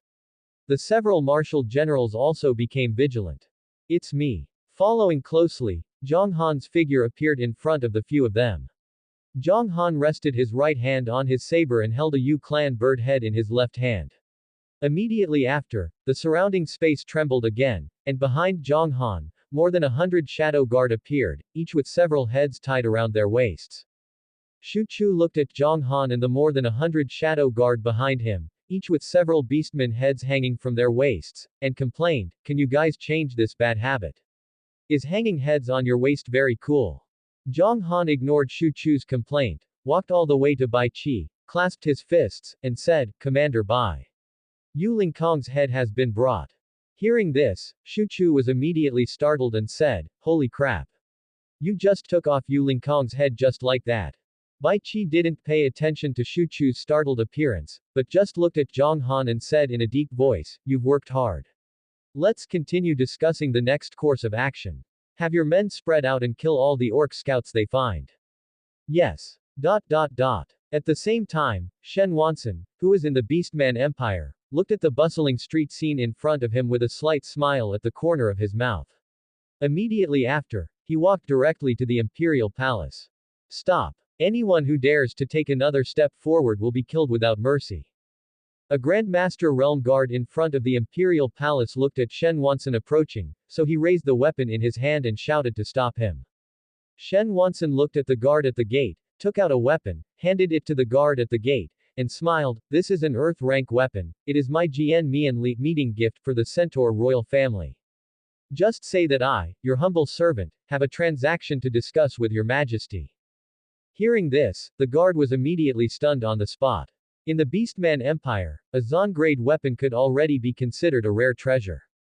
As for Earth-rank weapons, those things would only occasionally appear one or two at a time at auctions in the imperial capital of the empires, and each time they appeared, they would be snatched up by various forces, and each Earth-rank weapon could be sold for an astonishingly high price. Shen Wanson looked at the stunned guard, raised his head, and said, "What, is it too little? Then I'll leave." The guard, who had recovered his senses, didn't even dare to take the weapon. He knew that he was not qualified to touch such a thing, so he quickly said, "Honored guest, please wait. I will report immediately." After saying that, the guard ran back and reported the matter to the officer on duty. The officer on duty heard this, grabbed the soldier, and said, "You go and keep the person calm first. If he wants to leave, you must stop him. I will go and report this matter to your majesty immediately." After the officer finished speaking, he flew towards the imperial palace. Report. The emperor of the Centaur Duchy, who was holding court, was annoyed by this announcement and said angrily, "Who is making noise outside the hall?" At this time, a Centaur Marshal General stepped forward and said, "Reporting to your majesty." It is the voice of the commandant on duty at the palace gate. "Let him in. I want to see what he has to say that makes him so flustered." Chapter 72. Shen Wanson quickly spread out the shop. Niu Ben ran all the way to the center of the court, knelt down, and said, "Your subject reports to your majesty. There is a man in a black robe outside the door who says he has a treasure he wants to offer to your majesty." The Centaur Emperor heard the words and asked doubtfully, "Oh. What kind of gift is it?" Niu Ben heard the words, took a deep breath, and said, "An Earth-rank weapon." What? Even the well-informed Centaur Emperor was shocked by Niu Ben's words at this moment. One must know that Earth-rank weapons are like national treasures to the orcs. The Centaur Duchy only has 2 Earth-rank weapons.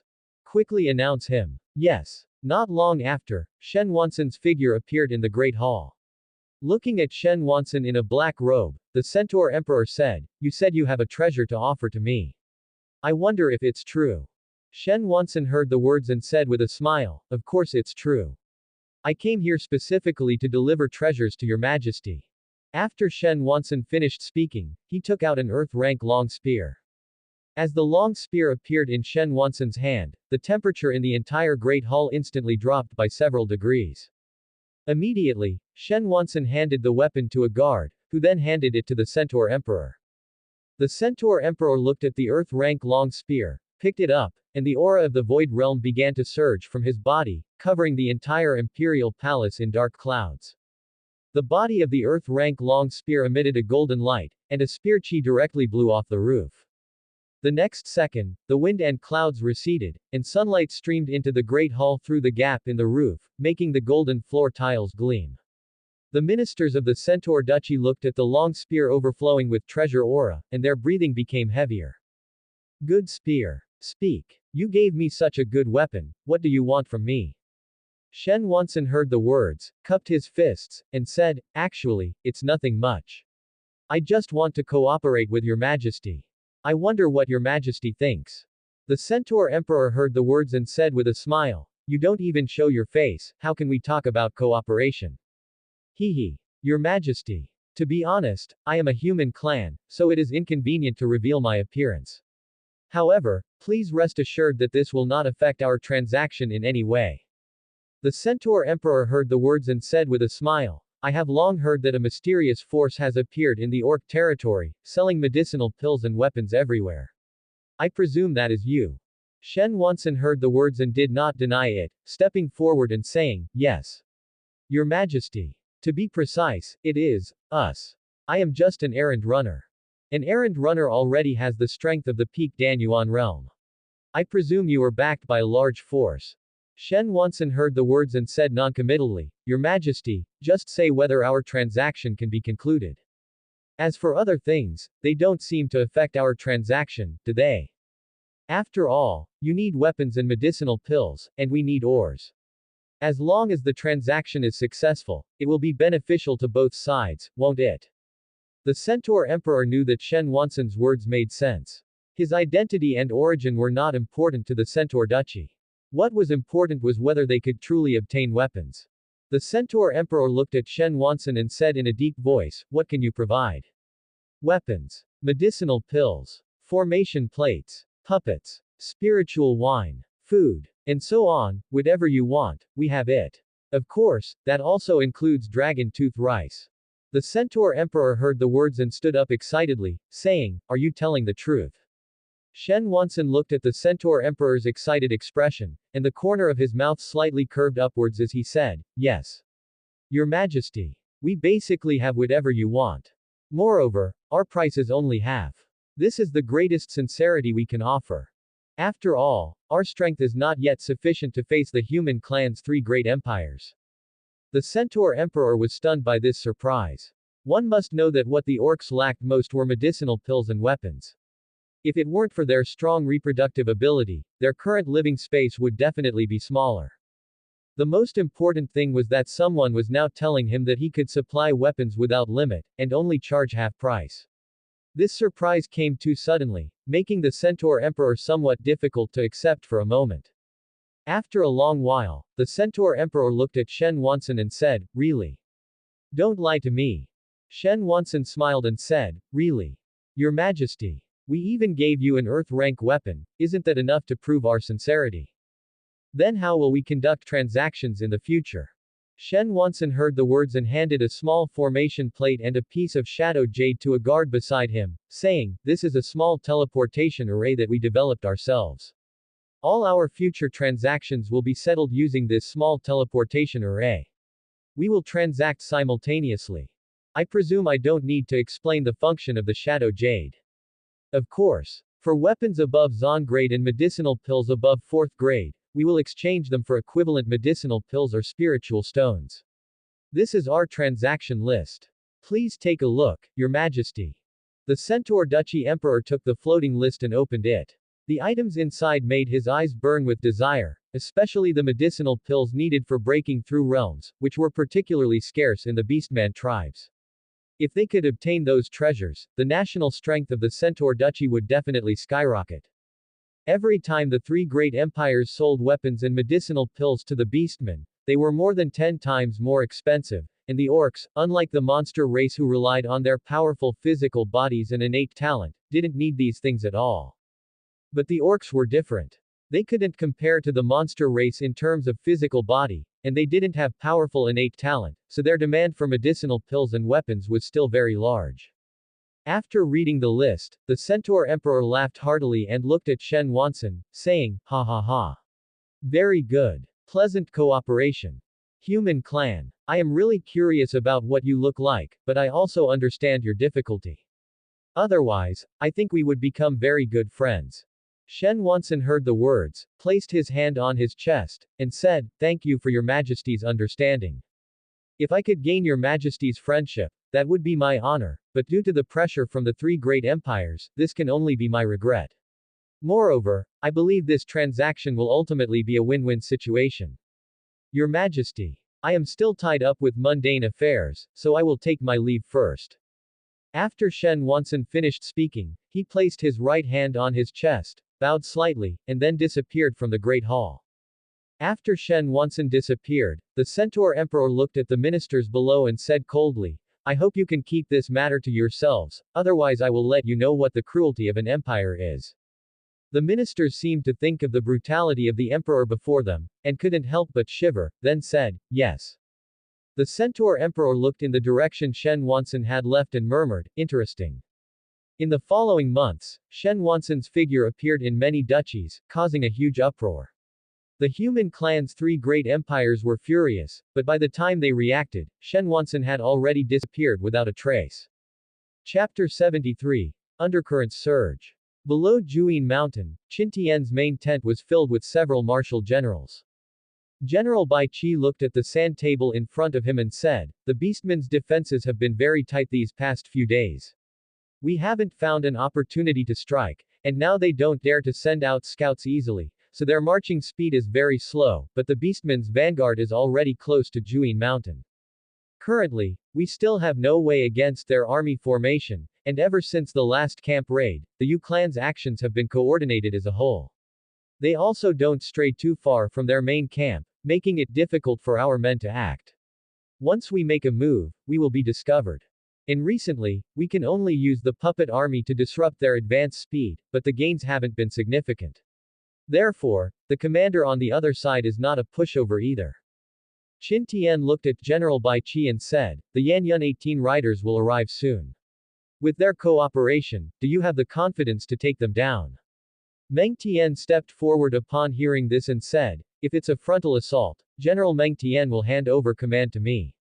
I will gather the strength of the entire army into one, and with the addition of the Yanyun 18 riders, we can basically reach the early stage of the Void Realm and barely fight their army formation to a draw. Although condensing a formation with Sha Qi evil energy is simple, its power is absolutely not to be underestimated. After all, Sha Qi evil energy has too great a restraining effect on martial artist. Being able to exert 3/10 of one's strength in front of this Sha Qi evil energy grand formation is already considered good. This army of 30 million can steadily suppress a peak Void Realm expert. If I were to face it, breaking this Sha Qi evil energy grand formation wouldn't be a problem. At that time, General Bai Qi, you don't need to make a move. Wait until both sides have consumed almost all their strength, then you can strike. By then, the enemy will be like fish on a chopping block, waiting for us to slaughter. And your Majesty's safety will be entrusted to Chief Eunuch Cao and the Brocade Guard. At that time, the Shadow Guard will set up defenses outwards to prevent sneak attacks from other beastmen tribes. After all, our current action is quite significant. As for the puppet army, they will block the beastmen who still have the ability to move on the periphery. This army of 30 million should be able to forge a Void Realm General Bai for our great Tang. The main force of the beastmen should arrive below Juyin Mountain the day after tomorrow.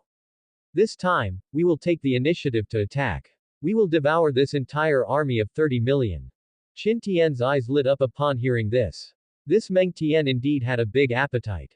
However, Qin Tian expressed great pleasure in this. If this battle could allow Bai Qi to break through to the Void Realm, then the great Tang would have the confidence to stand firm on this continent. Meng Tian's plan received the approval of all the generals. Qin Tian slapped the table upon hearing this and said, then let's do it. Annihilate all the invading enemies. The generals clasped their fists in response and said, Your Majesty is wise. What Qin Tian didn't know was that at this time, more than 40,000 li away from Yumun Pass, an army of over 60 million beastmen had appeared. Leading the force was the Sky Wolf tribe, the beastmen tribe known as the largest, which had gathered an army of over 60 million in conjunction with over a dozen large tribes. The Sky Wolf tribe was a rare beastmen tribe that occupied a small oasis. The fact that they could hold onto the oasis under the pressure of numerous duchies showed how strong they were. Lang Yu, who was burly and whose cultivation had reached the early stage of the Void Realm, slowly led the main force forward on a giant tiger. Reporting to the great leader.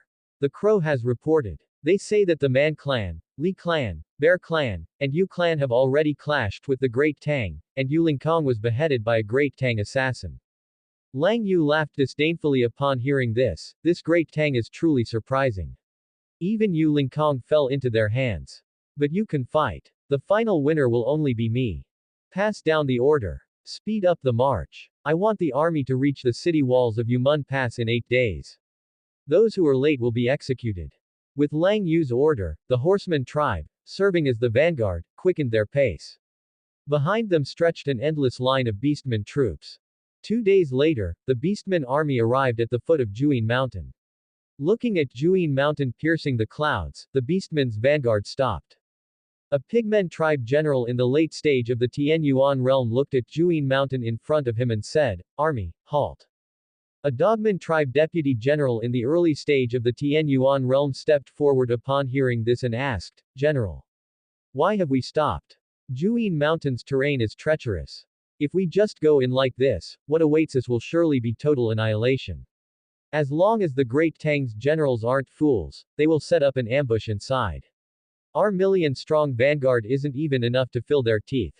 Pass down the order. The entire army is to maintain combat readiness. Don't give our enemies an opportunity." Yes. Following the order, the million-strong beastmen army immediately entered a state of readiness. A chilling aura shot up into the sky. The eagles that had been circling and crying out over the originally desolate Juyin Mountain were startled by this aura and flew back to their nests. Bai Qi, hidden in the dark, looked at the million-strong army below that had stopped at the foot of Juyin Mountain, and a hint of disappointment flashed in his eyes. He had thought that the beastmen were all idiots with no brains. Now it seemed that these seemingly honest and dutiful beastmen were also very cunning. Bai Qi's deputy general, Fang Xing, looked at the million-strong beastmen army below that remained motionless and stepped forward, saying, "General, aren't we going to eat them?" Bai Qi turned his head to look at Fang Xing upon hearing this, then slapped Fang Xing on the head and cursed, "How did I teach you? You've been with me for so long, how come you haven't made any progress? What are you thinking about all day? If we go down and fight now, wouldn't that be alerting the enemy? This is clearly bait thrown out by the beastmen. If you just rashly charge in like this, wouldn't we be exposed? At that time, we will lose the initiative to strike. You don't understand this at all. Go back and receive 100 military rods." Fang Xing opened his mouth, just about to say something, when Bai Qi preemptively said, 200. Seeing this, Fang Xing dared not haggle any further and quickly said, "Yes." Qin Tian, hidden in the dark, looked at the beastmen army below and shook his head, saying, "These beastmen aren't all just muscle heads, are they? They actually know how to throw out bait. But this is quite a large gesture, throwing away a million-strong army just like that. Chief Eunuch Cao. It seems we've been underestimated by the beastmen. They think they can whet the appetite of our great Tang with a mere million-strong army. They are really dreaming. Your Majesty. The beastmen are just some uncivilized barbarians. How can they fathom the Sacred One's thoughts?" Qin Tian turned his head to look at Cao Zhengchun upon hearing this, then smiled and said, "Chief Eunuch Cao. We must maintain a sense of reverence for all things between heaven and earth. Do not underestimate any race. Arrogance and prejudice will not allow one to go far." Cao Zhengchun clasped his fists upon hearing this and said, "Thank you for your Majesty's teaching." Chapter 74. Meng Tian versus the Million-Man Army. Rumble. The sound of a large army marching came from afar, and as the beastmen army arrived, a wave of dust was kicked up in front of Juyin Mountain. Several million Yu clan in the sky flapped their wings, even blocking out the sun. Qin Tian looked at the vast and boundless beastmen army and murmured, "The main course has begun." As Qin Tian's words fell, a vast aura surged out, and Meng Tian's figure appeared directly above the beastmen army. Looking at Meng Tian's imposing figure standing in the sky, Manda's pupils suddenly contracted, and he immediately shouted, "Void Realm! Enemy attack! Formation!" Meng Tian looked at the beastmen army below, his mouth slightly curved upwards, and behind him appeared an incomparably massive golden fire lion. Raging Lion Aura. The golden fire lion shot out a world-destroying golden light towards the beastmen army. At this moment, the Sha-Qi evil energy barrier of the four major beastmen tribes was also completed in haste, and Meng Tian's world-destroying dark light fiercely struck the Sha-Qi evil energy barrier, causing a huge roar. As the light dissipated, another tens of miles of vacuum appeared in the beastmen army. Looking at the beastmen who had lost nearly 2 million soldiers again, Manda roared, "Condense formation." At this moment, all the beastmen reacted, as Meng Tian's attack just now had caught them off guard. After successfully landing one blow, Meng Tian looked at the formation that had recondensed and couldn't help but frown. He seemed to have underestimated this Shachi evil energy formation. Previous exchanges were all sneak attacks. Only now, when facing it head-on, did he realize the true power of this Shachi evil energy formation. In front of this Shachi evil energy formation, Meng Tian had his full strength suppressed to 30%. Moreover, the loss of so many people seemed to have no effect on the Shachi evil energy formation. This made Meng Tian feel a bit tricky for a moment. However, the strength of both sides was borrowed. Now it was time to see who could last longer. Meng Tian looked at the beastman army below, tightened his grip on the long spear in his hand, then raised it and shouted angrily, "Mad Lion suppresses the world." With Meng Tian's roar, a golden spear as long as Bai Qi was condensed behind Meng Tian. Immediately after, the golden spear shot towards the beastman army. Looking at the attack in the sky, the four great beastmen leaders performed hand seals one after another, increasing the speed of Shachi evil energy extraction, and condensing a bloody giant shield in the sky. After condensing the bloody giant shield, the four great beastmen leaders raised it above their heads and shouted angrily, "Shachi evil energy giant shield." Rumble. The golden spear struck the bloody giant shield, causing a strong shockwave that shattered all the surrounding rocks. As the dust dissipated, Meng Tian's figure appeared in midair. Behind Meng Tian, a golden fire lion recondensed, staring intently at the beastman army below. Li Ba looked at Meng Tian in the sky and said, "This human's combat strength is truly formidable. With just the strength of the early Void Realm, he can fight us to a draw. You should know that even a peak Void Realm expert coming here, upon seeing RS Shachi evil energy formation, would have to turn around and flee." Yu Lingkong heard this and said coldly, "So what? Today, we must keep him here. Otherwise, we won't be able to leave either." Li Du looked at Meng Tian and said, "Everyone be careful. This person is very dangerous. Moreover, Great Tang also has a group of assassins who are elusive, you must always be vigilant against enemy sneak attacks." Shang Badian heard this and said angrily, "What time is it now, and you're still talking nonsense? Hurry up. Let that human clan see how formidable we are. After we beat him to death, I will skin him and make a coat." Meng Tian's first attack just now happened to land in the Shang clan army, causing the Shang clan to directly lose nearly 2 million soldiers. This made Shang Badian very annoyed, because Meng Tian's attack greatly reduced the strength of the Shang clan. After conquering Great Tang in the future, the Shang clan's influence would definitely decrease. So at this moment, Shang Badian stepped forward to the main position and shouted loudly, "Transfer your strength to me." Having withstood his two attacks, now it's our turn. Quote. As Shang Badian's words fell, 3 streams of incomparably dense Shachi evil energy entered his body. Immediately after, a bloody giant bear condensed on the Shachi evil energy formation. Roar. The bloody giant bear that had just condensed let out an angry roar towards the golden fire lion. Seeing this scene, Qin Tian couldn't help but click his tongue. After all, so much Shachi evil energy was concentrated on one person. In the human clan, perhaps only a martial god realm expert could withstand it. Indeed, heavenly Tao is fair. The beastmen are not as good as the human clan in military formations, but they have physical advantages. Qin Tian couldn't help but marvel at the astonishing talent of that beastman great emperor, who actually created such a powerful military formation.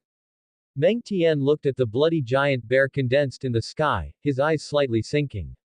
Although this condensed giant bear was only at the mid-void realm, Meng Tian's current strength was suppressed by 70%. Therefore, facing this bloody giant bear condensed from Shachi evil energy now, Meng Tian felt it was very troublesome, because once one reaches the void realm, the gap between realms is simply too large. Shang Badian looked at the golden fire lion in front of him and let out a deafening roar. The golden fire lion did not lose its momentum either and also roared towards it. Both sides were waiting for their master to issue the command to attack.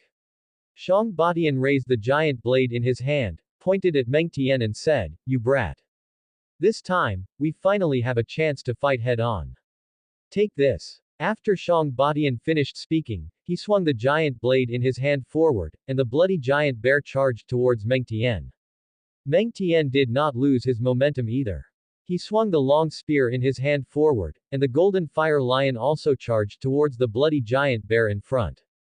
The two behemoths thus fought together. Meng Tian, looking at the two behemoths fiercely fighting, hurriedly increased the output of spiritual power, because as soon as they made contact, the golden fire lion was at a disadvantage. Shang Badian saw this and said to the few people behind him, accelerate the extraction of Sha Qi evil energy. Now is the time for attrition. We'll see who can't hold on first. After Shang Badian finished speaking, the leaders of the other three major tribes also increased the speed of Sha Qi evil energy extraction. They all knew that this battle was a very crucial one. If they lost, they would face the danger of their entire army being wiped out.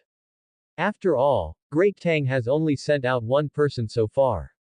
They must defeat Meng Tian and then withdraw from here. Otherwise, what awaits them will be the encirclement and suppression by the Great Tang army. At that time, having lost their combat strength, for Great Tang to annihilate them would definitely be no harder than killing a chicken. If they fought to the death with Meng Tian, then once their Sha Qi evil energy was exhausted, they would fall into weakness, and their cultivation would be unusable. This was also a drawback of the Sha Qi evil energy formation. Once the Sha Qi evil energy is used up, they will fall into weakness. This is also why the Beastmen army, despite only covering a few hundred miles, took several days to march. When facing Great Tang, they had to ensure they were always in peak condition. The Beastmen had already witnessed the strength of Liu Biyu and the others, they dared not be careless. Subscribe to Chinese Novel Audiobook YouTube channel. Chapter 75. The Orcs are defeated. A quarter of an hour later, a hint of anxiety appeared in Meng Tian's eyes, as his spiritual energy was about to run out. After the blood-colored giant bear slapped the golden fire lion away, Meng Tian let out a muffled groan and knelt on the ground, his aura faintly beginning to weaken. There was no other way. The Sha Qi evil energy formation had too much of a restraining effect on martial artists. For Meng Tian, with only 30% of his strength, wanting to defeat a martial artist in the middle stage of the void transformation realm was truly not just difficult, it was exceptionally difficult. After a heavy blow from the blood-colored giant bear, the golden fire lion couldn't withstand it and was smashed down, continuously shattering several mountain peaks. Meng Tian let out a muffled groan, and a line of blood appeared at the corner of his mouth. Clearly, this blow had caused him a significant backlash. Shang Badian looked at Meng Tian, who was spitting blood, and laughed loudly, ha ha. How about it? Can't hold on anymore, right? I'll send you on your way now. Immediately, Shang Badian raised his hands, increasing the output of Sha Qi evil energy, and the aura of the blood-colored giant bear became even more powerful. Meng Tian wiped the blood from the corner of his mouth and smiled, HMPH. You think you can kill me? I'm telling you, you're still too green. Today, I want to see what you've got. After this blow, we'll see who lives and who dies. Heavenly Lion descends. Following Meng Tian's furious roar, fire rain began to fall from the sky, and an extremely fierce aura descended. An even more ferocious golden fire lion was reformed. Roar. With a roar from the golden fire lion, the ground in front was lifted, and sand and stones flew on the desert and Gobi in front of Juyin Mountain, with dust filling the sky and obscuring the sun. Shang Badian looked at the golden fire lion with its extremely powerful aura and knew that Meng Tian was about to fight for his life. Because in front of that golden fire lion, he felt a fatal threat he had never felt before. So Shang Badian shouted loudly, full power attack. Following Shang Badian's command, the Sha Qi evil energy in the sky began to gather. 4 streams of Sha Qi evil energy formed a vortex in the sky, and then 4 blood-colored chains shot out from the vortex and plunged into the blood-colored giant bear. Streams of fierce Sha Qi evil energy were injected into the body of the blood-colored giant bear. With the support of so much Sha Qi evil energy, the blood-colored giant bear instantly became extremely berserk. Even Shang Badian and the others began to be affected mentally by this Sha Qi evil energy, their eyes turning blood red. If it weren't for the orcs' innate immunity to Sha Qi evil energy, they would have exploded and died by now.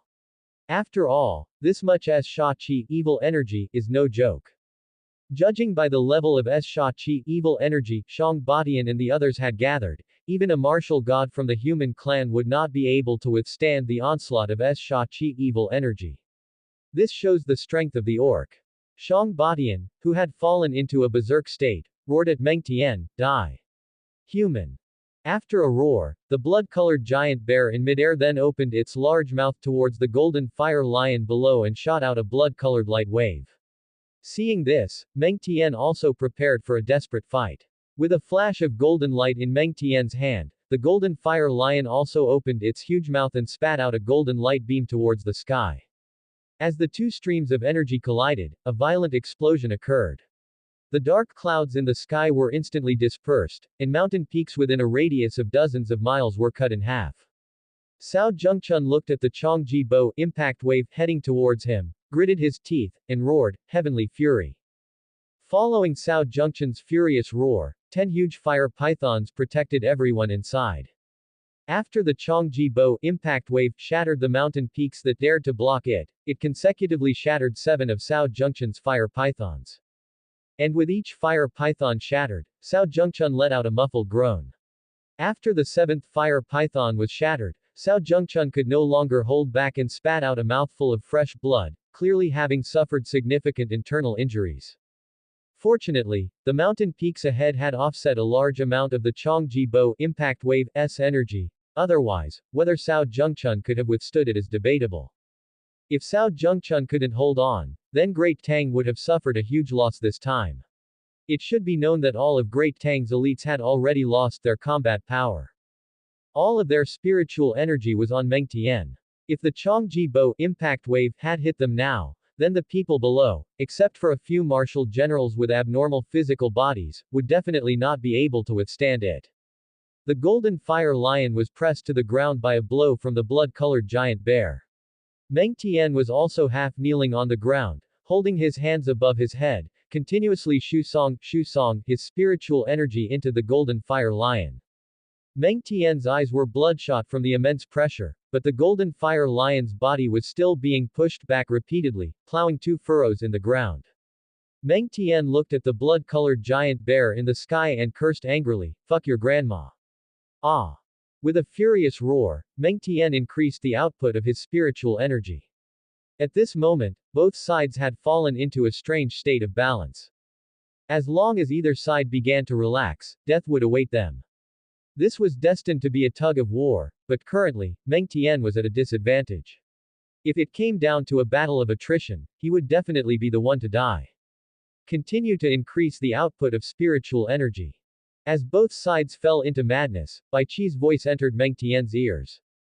Hearing this, Meng Tian did not doubt him and used all his strength, squeezing out the last bit of spiritual energy in his body.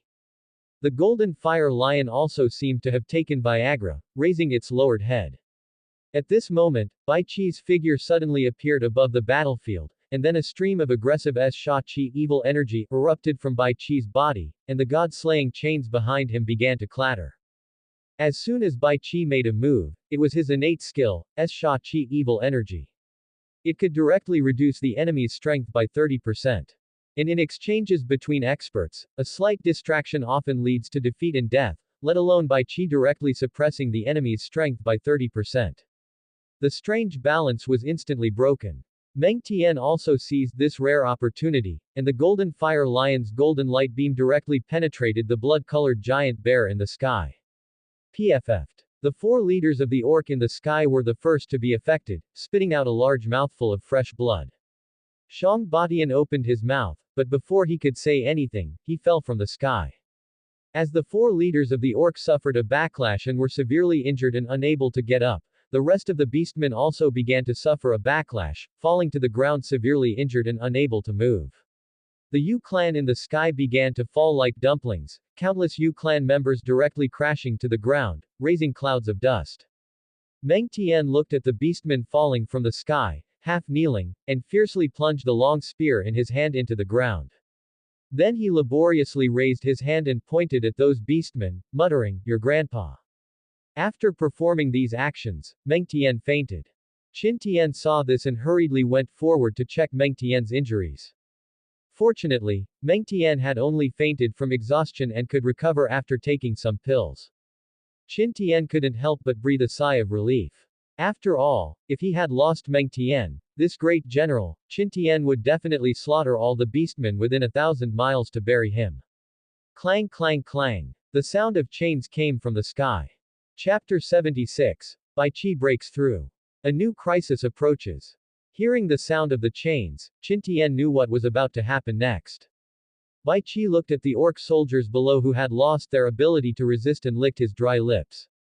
As Sha Qi evil energy surged from Bai Qi's body, 10 god-slaying locks flew towards the orc soldiers below who had lost their ability to resist. As the sound of chains piercing flesh rang out, the 4 orc leaders who had fainted were strung up by a god-slaying lock. Shang Batian, who was awakened by the pain, looked at the god-slaying lock piercing through his abdomen and shouted, "Damn it! What is this? My cultivation! Ah!" Following Shang Batian's painful cry, the other 3 leaders also woke up. "What is this? My cultivation! No! Damn it! Let go of me! Damn it! What is this thing? ... Bai Qi ignored the wails of the 4 leaders. The remaining 9 god-slaying locks specifically targeted and absorbed the beastmen in the Diyuan realm and Danyuan realm. Not long after, the 10 god-slaying locks were covered with corpses. Bai Qi looked at the strings of corpses, waved his right hand, and a surge of heavenly tribulation power gushed out, shattering the corpses on the god-slaying locks into pieces. A rain of blood fell from the sky, and the remains of the beastmen corpses splattered everywhere. Even though Qin Tian was already used to mountains of corpses and seas of blood, he couldn't help but feel a little nauseous looking at this scene. But Bai Qi at this moment seemed to be enjoying it immensely, as if he had eaten some great tonic. The Ziliang army soldiers whose spiritual stone had been drained from their bodies looked at Bai Qi in the sky with fear in their eyes. Qin Tian looked at the soldiers below and said, "Sao Zhengchun. This humble servant is here. Distribute the spiritual stone and let those soldiers recover the spiritual stone in their bodies. Tell them not to look at what they shouldn't look at. Yes. This humble servant, your majesty." Bai Qi's slaughter continued until night. Bai Qi's aura was already infinitely close to the void realm. After Bai Qi shattered the last orc soldier, Bai Qi seemed to sense something and sat down cross-legged on the ground. Below Bai Qi lay the corpses of the 30 million orc army. The Sha Qi evil energy condensed here had already formed a visible red color. Immediately after, a surge of almost material killing intent erupted from Bai Qi's body. Combined with the Sha Qi evil energy below, even the surrounding space was somewhat distorted. Qin Tian looked at Bai Qi in the sky, frowned, and said, "Zhang Han. Your general is here. Your Majesty commands you to lead the Brocade Guard and Shadow Guard to completely seal off the area within 300 li. Your general obeys the command. Where is Gao Shun? Your general is here. Your Majesty commands you to lead the trapped camp and 1 million soldiers to clear out all living creatures within 300 li. Your general obeys the command. The rest of the generals will lead their respective units to defend strictly. No one is allowed to approach within 10 li of Bai Qi. Yes. Where are the puppet masters?" The 3,000 puppet masters stepped forward upon hearing this and said, "Your subject is here. Your Majesty commands you to go forward and cooperate with Gao Shun." Yes. As Qin Tian's orders were issued one after another, all living creatures within a radius of 300 li were quickly cleared out. Bai Qi was surrounded by hundreds of thousands of soldiers strictly guarding the area. One must know that one cannot be disturbed when breaking through to the void realm. If the breakthrough is interrupted at this time, setting aside the issue of the realm, whether one can survive is still a question. Because breaking through to the void realm requires comprehending the heavenly Tao, if it is interrupted, it will definitely trigger a backlash from the heavenly Tao. And even if one can survive the backlash from the heavenly Tao, there will definitely be difficult to heal Tao injuries left in the body. At that time, let alone breaking through again, whether one can even cultivate will be a question. Therefore, Qin Tian was extremely serious about Bai Qi's breakthrough. If he were disturbed, it would definitely be a huge loss. As the spiritual stone in the air vibrated, Qin Tian's attention was drawn to Meng Tian, who had previously fallen into a coma. Only to see Meng Tian's aura suddenly surge, scaring Cao Zhengchun and the others into quickly sealing off the surrounding space. Qin Tian couldn't help but break out in a cold sweat when he saw this. If the others hadn't reacted in time just now, Bai Qi would definitely have suffered a backlash. He had been guarding for so long, He really didn't expect Meng Tian to pull a stunt like this. Meng Tian, who had opened his eyes, saw Lu Biyu and the others looking at him with smirks. Meng Tian said with a confused look, "Why are you all looking at me?" Lu Biyu and Shu Chu exchanged glances and smiled, "Nothing." "Oh, right, congratulations on your breakthrough, it was quite a commotion." Meng Tian heard this and immediately looked up at the sky at a 45-degree angle and said, "Of course. Don't you see who I am?" Meng Tian's words made Lu Biyu and the others laugh uncontrollably. Even Cao Zhengchun, who was usually stern, pursed his lips. Meng Tian looked at the others who were laughing at him with a confused expression. It was clearly a great joyous occasion that he had broken through to the Diyuan realm mid-stage, so why were they all looking at him as if he were a pitiful worm? They must be jealous. That's right. They are just jealous. Meng Tian thought to himself. However, just as he was about to say something, his eyes glanced over and happened to see Bai Qi, who was in the middle of his breakthrough. He couldn't help but swallow his saliva and point at Bai Qi, saying, "Just now." Everyone looked at the startled Meng Tian and nodded, "That's right." Meng Tian saw their reaction and knew he was finished. With Bai Qi's temper, the matter of him almost interrupting his breakthrough this time would probably be very difficult to resolve peacefully. Meng Tian looked at the others, just about to speak, but was choked by them. "No way. No. Brothers. We are all brothers. The kind who have gone through life and death together. Little Zhao. Brother, I think I've been pretty good to you, you have to help brother this time." Zhao Yun heard this and quickly waved his hand, saying, "Don't. Brother. I really can't help you with this. You know General Bai's methods. How can we control him? Brother Guan. You are known for your righteousness that reaches the heavens. You must help me this time." Guan Yu heard this and immediately turned his head to the side, stroking his beard and saying, "This Guan never forms private factions. Fengxian. We don't know each other." Shu Chu, Dian Wei. Shu Chu heard this and immediately hugged Dian Wei, saying, "Dian Wei, I have something to talk to you about, let's go. Let's go talk over there." Meng Tian looked at Li Kunshao again, but Li Kunshao turned his head away as if he hadn't seen his pleading eyes. Now Meng Tian understood that these people were all fair-weather friends, completely unreliable when things got tough. In the blink of an eye, 5 days passed. In the imperial city, Zhuge Liang was studying large-scale anti-gravity array formations. A brocade guard ran to Lord Zhuge as if he was crazy, cupping his fists and saying, reporting to Lord Zhuge. Brocade guard report. A large orc army marching south has been discovered 1,000 li outside Yumun Pass. According to calculations, the orc army conservatively estimated has at least 60 million. According to information from the Huli tribe, the orc army marching south this time is the Sky Wolf tribe leading over 10 tribes south. Their target is our Great Tang. And the leader of the Sky Wolf tribe is already a Void Realm early-stage expert. Zhuge Liang heard this and immediately stood up, saying, "What? Have you informed your majesty?" "Your majesty has already been informed. However, General Bai Qi is currently breaking through to the Void Realm. Therefore, only your majesty has returned with Chief Eunuch Cao." Zhuge Liang heard this and his eyes slightly sank. He had now broken through to the Diyuan realm. Now, setting up Ninth Order array formations was no longer as strenuous as before. However, the orc army marching south this time has a total of over 60 million troops. Even a Ninth Order Grand Array might not be able to withstand the simultaneous attacks of so many orc troops. Zhuge Liang took a deep breath and said, "Pass down the order. All array formation masters within the Great Tang territory are to immediately proceed to Yumun Pass to set up defensive array formations." Chapter 77. Double Crisis. As Zhuge Liang's orders were issued one after another, the various armies within the Great Tang rapidly dispatched their elites to Yumun Pass, while the Black Dragon army had already received the news and rushed to Yumun Pass first. In these few days, Zhuge Liang and the others expanded Yumun Pass nearly tenfold. The two mountains that originally stood beside Yumun Pass had disappeared, replaced by a city wall 65 kilometers long and 100 meters high.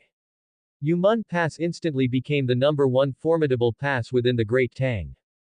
Zhang Heng looked at the many array formation masters busy in front of Yumun Pass, his eyes filled with solemnity.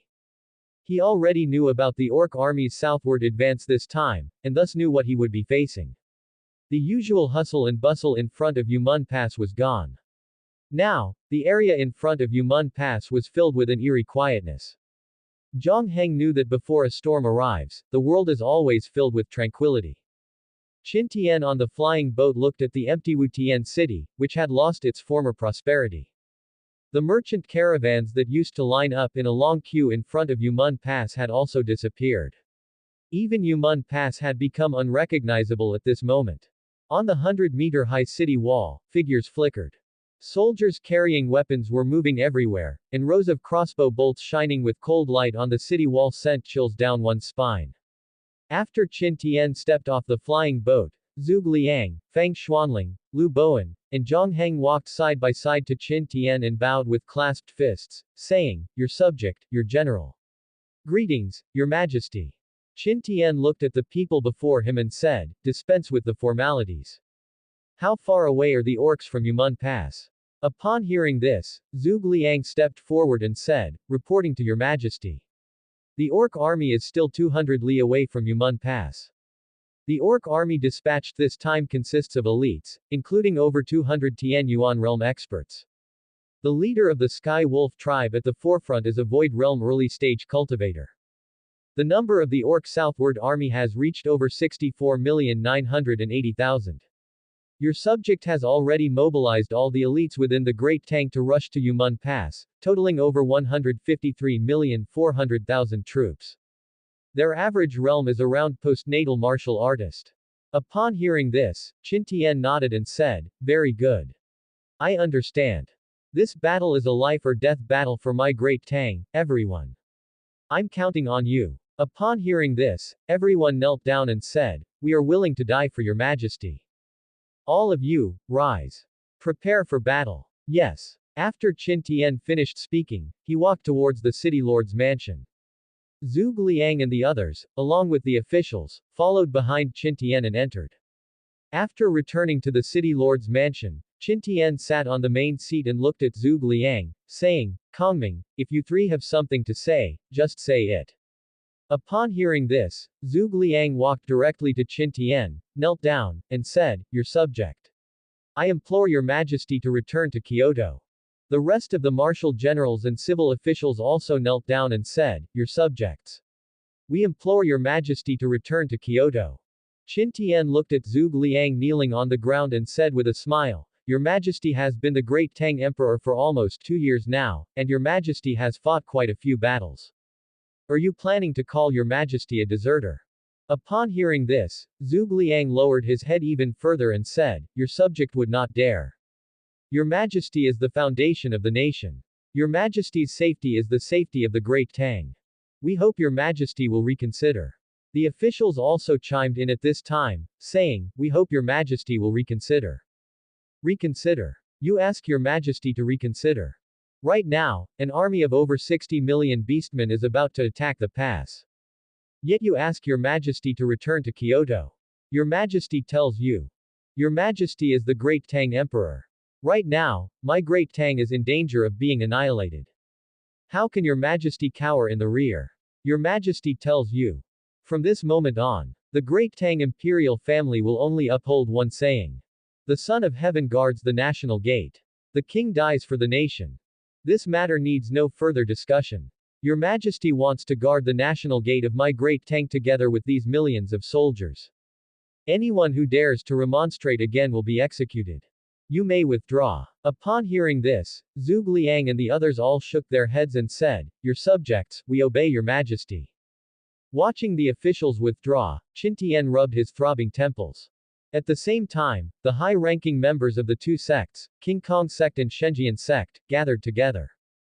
Xu Chong, the sect master of King Kong sect, looked at Sword Wu Shuang, the sect master of Shenjian sect, and said, "Sect master Sword. We received news that the Great Tang is currently mobilizing all its elites within the country to rush to Yumun Pass, seemingly in preparation to resist the orc army's southward advance. It seems the Great Tang will definitely suffer heavy losses after this battle, because I heard that the ones attacking the Great Tang this time are the Sky Wolf tribe, known as the number 1 tribe of the orcs. They have gathered an army of over 60 million, intending to occupy the Great Tang. Can we take advantage of this time to enter the Great Tang's territory and seize those few medium-grade spiritual veins? Sword Wu Shuang looked at Xu Chong and said with a smile, Brother Xu, didn't you want to pledge allegiance to the Great Tang a few days ago? Why have you changed your mind today? Xu Chong smiled and said, Brother Sword. Things are different now. The Great Tang is about to be annihilated. Rather than benefiting the beastmen, it's better to benefit us.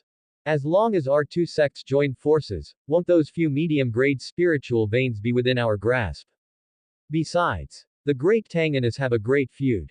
Not to mention the Blade God sect, haven't quite a few elders and disciples from our two sects perished at the hands of the Great Tang. If it weren't for the fear of being labeled as colluding with the beastmen to harm the human clan by attacking the Great Tang at this time, I would have already gathered the sect disciples to cause trouble within the Great Tang's territory. Upon hearing this, Sword Wu Shuang's mouth curved into a smile and he said, What you said makes some sense. Then tell me, how should we divide the spiritual veins after obtaining them within the Great Tang's territory? Upon hearing this, Xu Chong smiled and said, that would naturally be a 50-50 split. No matter how many good things we obtain within the Great Tang's territory, we will split it 50-50. Alright, let's do it this way. I'll go back and gather the sect disciples now. We must arrive within the Great Tang's territory before the beastmen capture the Great Tang. Otherwise, if we get entangled with the beastmen, it will be troublesome. At the same time, a shadow guard appeared before Qin Tian, who was inside Yumun Pass.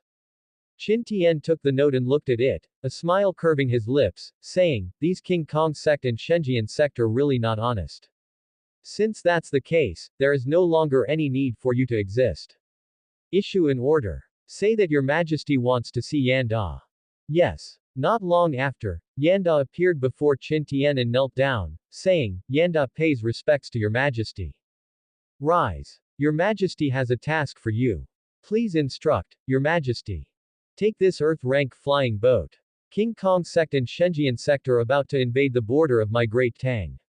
You go and select 17 Dan Yuan realm martial generals, have them wear your clothes, and go to the border to block them. Remember, if the situation is unfavorable, retreat immediately. After Yanda took the flying boat, he bowed with clasped fists and said, Yes. Your general will not fail the mission. You may withdraw. Yes. As Yanda withdrew, Qin Tian rubbed his eyebrows and muttered, It really is a time of many troubles. Qin Tian's action was completely a last resort forced upon him. After all, the pressure in front of Yumun Pass was immense now, and every bit of fighting strength was extremely precious, while Bai Qi was at a critical moment of breakthrough. Once Bai Qi successfully breaks through, Qin Tian will annihilate all of them. Qin Tian thought to himself. Chapter 78, Spirit Stone Cannons appear. At night, Qin Tian was resting with his eyes closed. As a Dan Yuan realm martial artist, he could go a month without sleep, but Qin Tian knew that the next phase might involve the orc's most ferocious attack, so he had to adjust his condition to its best. A brocade guard ran to Qin Tian, knelt on one knee, cupped his fist, and said, Reporting to your majesty. 1 million of the orc's vanguard troops have arrived 50 li in front of Yumun Pass. Qin Tian heard this, opened his eyes, and said, Your majesty knows. You may withdraw. Yes. Your subject takes his leave. Qin Tian stood up, took a step forward, and arrived on the city wall of Yumun Pass. At this time, the army on Yumun Pass had already begun to stand ready, and all defensive array formations had been activated. Greetings, your majesty. After Zhuge Liang and the others saw Qin Tian's figure appear on the city wall, they all stepped forward to salute. Dispense with the formalities. How is the situation? Reporting to your majesty. The orc vanguard troops have stalled 50 li outside Yumun Pass. Our scouts report that the orc vanguard army numbers 2 million in total. Qin Tian nodded and said, Your majesty knows, you all go down and get ready. Lu Bowen. Your subject is present. Your majesty commands you to quickly return to Kyoto as a precaution. Your subject obeys your majesty. Qin Tian was currently very worried about the defenses of Kyoto. In the entire Great Tang, only 2 places could cause Qin Tian significant trouble if something went wrong. One was Kyoto, and the other was West Liang. West Liang has a full 310,000 mu of spiritual fields. If something were to truly happen there, Qin Tian might cry. And Kyoto is where the dragon vein and spiritual veins are located. The importance of these two things to Qin Tian goes without saying. If any problems arise, Qin Tian will definitely go mad. After Qin Tian transferred Liu Bowen back to Kyoto, he began patrolling along the city wall, where he saw Uyazi directing several hundred disciples in installing several objects that looked like cannons. Driven by curiosity, Qin Tian walked towards them. When Uyazi saw Qin Tian approaching, he hurriedly stepped forward, cupped his fist, and said, "Greetings, Your Majesty." Qin Tian pointed at the busy artifact refiners and asked, "What is this being done?" After Uyazi reacted, he said, "Reporting to Your Majesty. This is the spirit stone cannons that our great Tang Science Academy developed after being inspired by laser cannons. I was originally planning to report this matter to you after they were installed." Qin Tian heard this and laughed. "Oh. Then isn't Your Majesty arriving at just the right time rather than too early? Quick. Tell Your Majesty about the power of these spirit stone cannons." Uyazi's eyes immediately lit up upon hearing this, and he said, "Your Majesty. Then your subject will explain it to you in detail. These spirit stone cannons are the first product jointly refined by our artifact refiners and array formation masters. As the name suggests, they use spiritual stones as energy, activate the trajectory array formation, and launch projectiles. Furthermore, we were inspired by radar technology and combined the martial artist's divine soul with a detection array formation, which can bring a radius of 1,000 li within the martial artist's perception range. And the martial artist operating the spirit stone cannons can set an anchor point within this 1,000 li range, while our shells are inscribed with a mother-child array. Once a shell is fired, it will automatically seek out that anchor point. As for our shells, we use an array formation to drain and store the spiritual energy from 10,000 high-grade spiritual stones, then load it into a shell made of fire-burning stone, combined with a detonation array formation to ignite the projectile. The power of the projectile's explosion is comparable to the self-destruction of a Tian Yuan realm martial artist. One spirit stone cannon requires 3 people to operate. One martial artist with a cultivation level of at least Po Shu realm to connect to the detection array formation and simultaneously control the spirit stone cannon, and then 2 more martial artists to be responsible for loading the projectiles. Each projectile weighs 6,000 jin, so it requires at least 2 Grandmaster realm martial artists to move it. And each time we fire a projectile, it consumes 1 high-grade spiritual stone. If there are no spiritual stones, one can also use their own spiritual power to activate it. If this test is successful, then theoretically, we can create projectiles with power comparable to the self-destruction of a void realm martial artist. This is something that can set a precedent in the field of artifact refining. Qin Tian was also stunned by Uyazi's words. One must know that he had originally not held much hope for the great Tang Science Academy. Qin Tian had thought Zhuge Liang's previous words were just comforting him, but he didn't expect this to actually be true. Ha ha ha. Good. Very good. Your great Tang Science Academy has not disappointed Your Majesty. Next, Your Majesty will do his best to satisfy whatever you need. Afterward, compile a list and send it to Your Majesty. Consider it Your Majesty's reward to you. Thank you, Your Majesty. The spirit stone cannons looked similar to self-propelled artillery, with a barrel on top and presumably an operating room underneath. Qin Tian said, "This time, you only made these 10 spirit stone cannons in total." Reporting to Your Majesty. Yes. This is due to our lack of the main materials for making the spirit stone cannon bodies, sharp gold stone, and the fire-burning stone for making the projectiles. Both of these ores are extremely precious and are the main materials for refining Earth-rank weapons. The great empires control them very strictly.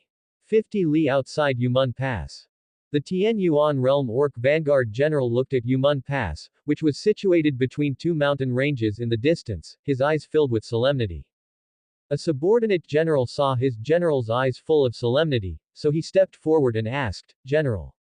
It seems Yumun Pass will be difficult to take."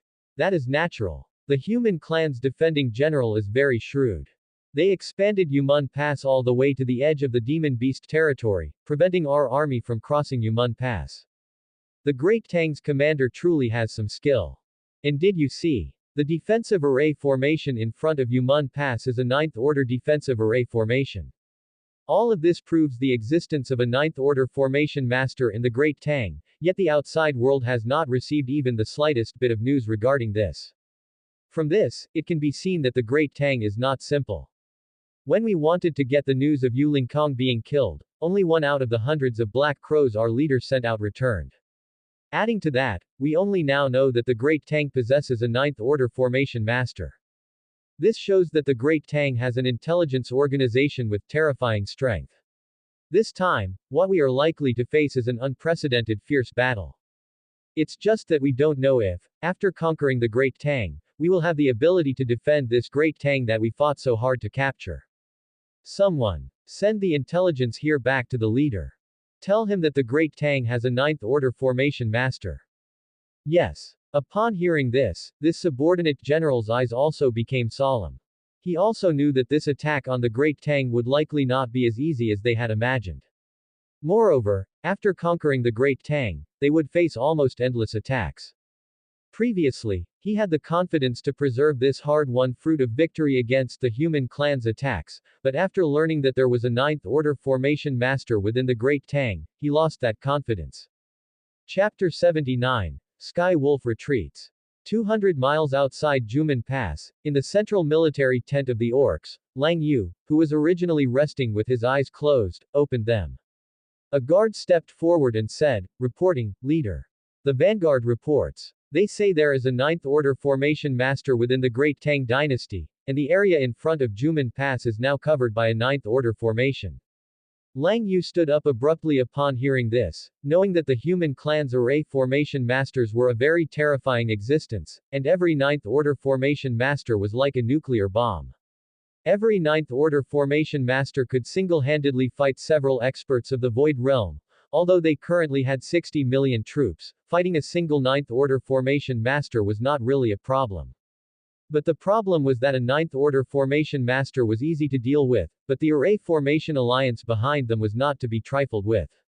Once the people of the array formation alliance knew that their Sky Wolf tribe dared to besiege a ninth-order formation master, then without waiting for them to act, the other duchies would destroy the Sky Wolf tribe on behalf of the array formation alliance. Moreover, Lang Yu understood that with the rallying power of just one ninth-order formation master, with just one command, there would be plenty of powerful duchies willing to fight for them. One should know that there were really not many countries in the Orc duchies that possessed defensive formations. If they could invite a ninth-order formation master, they would be willing to pay any price, no matter how great. Although their Sky Wolf tribe was known as the first tribe, in front of those duchies, the Sky Wolf tribe was just a slightly stronger ant. They could be wiped out with a wave of a hand. Lang Yu slapped this guard into a bloody mist and angrily said, useless. Why didn't you tell me such important information earlier? How are those Great Tang elites in front of Juin Mountain? A person of the Black Crow clan with wings on their back stepped forward and said, reporting, leader. Hundreds of Black Crows we sent out have not returned alive to this day. Great Tang possesses an extremely terrifying intelligence organization. We are no match. Lang Yu closed his eyes upon hearing this, took a deep breath, and said, all right. I understand. Lang Yu's chest heaved. Their Sky Wolf tribe could not afford to provoke a ninth-order formation master, so after venting, Lang Yu calmed down and said, pass the order. Retreat. Although a deputy general was somewhat puzzled, he did not dare to question Lang Yu's command, so he could only cup his fists and say, yes. What Lang Yu did not know was that Qin Tian did not intend to expose the fact that Great Tang had a ninth-order formation master, because once exposed, Great Tang would appear in the eyes of the three great empires. Currently, Qin Tian's wings were not yet fully formed, and exposing himself prematurely under the noses of the three great empires was not very friendly to Great Tang's development. Especially now that Great Tang's trade with the Beastmen was becoming increasingly frequent, the volume of trade was also growing, and Shen Wanson's shops were also getting bigger and bigger. At this time, if Great Tang was targeted by the three great empires, even with just a hint of suspicion, the three great empires would absolutely not hesitate to destroy Great Tang.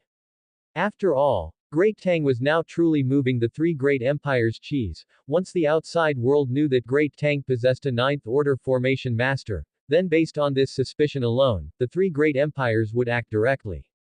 Zhuge Liang's identity as a ninth-order formation master could not suppress an empire. After all, the strength of an alliance was still too weak in front of an empire with hundreds of millions of people, and the three great empires did not lack armies that could condense military souls. After receiving the order, the Beastman army began to withdraw in an orderly manner, and Qin Tian's eyes flashed with disappointment as he watched the Beastman army retreat like a tide. Originally, he had planned to tie up all 60 million troops, wait until Bai Qi broke through to the Void Realm, and then come back to wipe out the Beastman army here. In that case, Bai Qi's cultivation should be able to advance a little towards the mid-stage of the Void Realm. One should know that Void Realm martial artists do not cultivate by accumulating spiritual energy, but by comprehending laws. Although he didn't know what law Bai Qi comprehended, based on Bai Qi's nature, it was definitely related to killing intent. After all, one could tell from Bai Qi's talent that a bunch of his skills were for accumulating killing intent. Qin Tian looked at the retreating Beastman army and muttered, "What a pity. It seems that Beastman leader is not a complete idiot after all." Zhuge Liang stepped forward and said, "Your Majesty. The Beastman army has already retreated, but to prevent the Beastmen from launching a surprise attack, your subject believes it is best not to withdraw the defensive forces at Juman Pass. It is not urgent to withdraw them until General Bai Qi breaks through." Qin Tian nodded upon hearing this and said, "Then your Majesty shall do as you say. The defense of this place will be entrusted to you." Zhuge Liang cupped his fists upon hearing this and said, "Your subject obeys your Majesty." "Yan Yun 18 riders, where are you?" As Qin Tian's voice fell, 17 figures appeared before Qin Tian and knelt down in unison, saying, "Your general is here." Qin Tian looked at the 17 people in front of him, raised his head towards the direction of the overseas three sects, and said, "The King Kong sect and the Sword God sect have no need to exist anymore. Your Majesty orders you to quickly rush to the Great Tang border and join forces with Yan Da to destroy the other two sects. Your Majesty gave them a chance to live, but they did not cherish it. Since that is the case, your Majesty shall grant them death." "Yes." After speaking, the Yan Yun 18 riders disappeared directly from the spot. Qin Tian looked at the bright sun hanging high in the sky and said, "Prepare the carriage. Return to the capital." Cao Zhengchun cupped his fists upon hearing this and said, "Yes." Then he straightened up and said, "Prepare the carriage. Return to the capital." As Cao Zhengchun's voice fell, a flying boat flew to Qin Tian's front, and Qin Tian stepped onto the flying boat.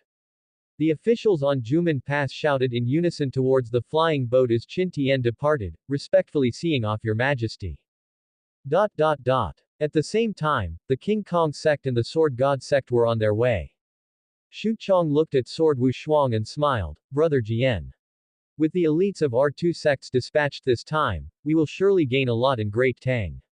Sword Wu Shuang frowned upon hearing this and said, "Brother Xu. I don't know why, but I suddenly have an uneasy feeling." Xu Chong waved his hand upon hearing this and said, "Brother Jian is worrying too much. Going to Great Tang, the experts of our two sects are all out, plus there is the constraint of the Beastman army at Juman Pass. Apart from those 18 early-stage Tian Yuan realm experts, the rest of Great Tang's experts are just some Dan Yuan realm weaklings. Brother Jian need not worry too much." Sword Wu Shuang cultivated the way of the sword, so he was particularly sensitive to the arrival of danger, but now they were like arrows on the string, they had to be shot. Moreover, when Zhuge Liang destroyed the Blade God sect last time, he erased all traces, and the outer disciples who were let go were all dealt with by the Brocade Guard.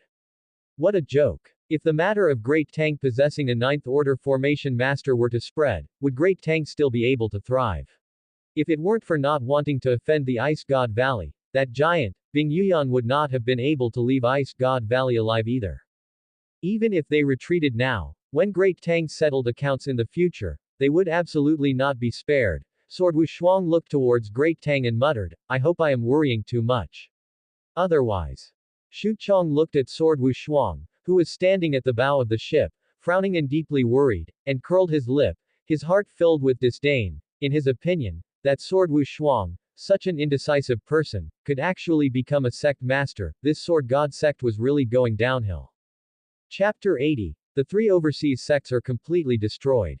Standing on the flying boat and looking at the land not far away, Xuchong said, Brother Sword. Great Tang has arrived. Hearing this, Sword Wu Shuang opened his eyes and looked at the land not far away. For some reason, the unsettling feeling in his heart grew even stronger. Yanda looked at the dozen or so flying boats slowly approaching in the distance, the corners of his mouth slightly raised. Looking at the other 17 people behind him, Yanda licked his lips and sneered, Your Majesty has ordered. Kill them all. Yes. Go. With Yanda's command, the Yan Yun 18 riders stood straight and blocked the flying boats of the King Kong sect and the Sword God sect. Xu Chong's eyes sank slightly as he looked at the 18 people in front of him, saying, How is this possible? They should be confronting the orc at Yumun Pass right now. How could they appear here?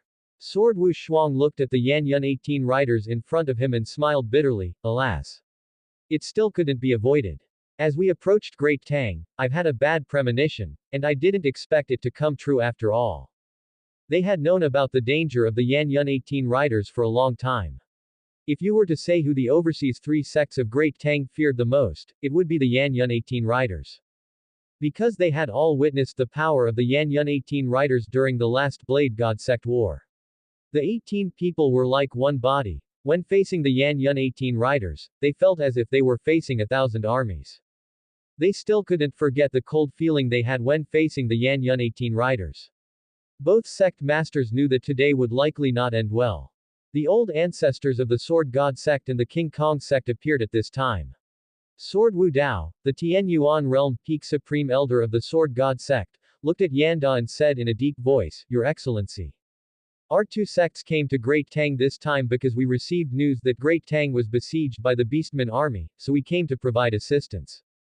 The Supreme Elder of the King Kong sect also quickly cupped his fists and said, Yes. Your Excellency. We are here to help.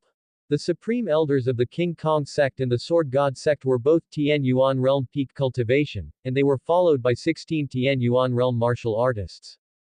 The Supreme Elder of the King Kong sect was covered in thick muscles, his body as solid as an iron tower. The King Kong sect was known for its physical combat strength, so the disciples of the King Kong sect were extremely powerful in close combat. The Supreme Elder of the Sword God sect carried an iron sword on his back, and every movement was filled with the essence of the Sword Dao. Just by looking at his aura, you knew he was not to be trifled with. A cold voice came from under Yan Da's ghost face mask, saying, Your Majesty has ordered. Slaughter the King Kong sect and the Sword God sect. Yes. As Yan Da's words fell, the aura of the Yan Yun 18 riders surged. The overall cultivation of the Yan Yun 18 riders reached the late Tian Yuan realm in the blink of an eye. Wait. Your Excellency, is there some misunderstanding between us? We really are here to assist.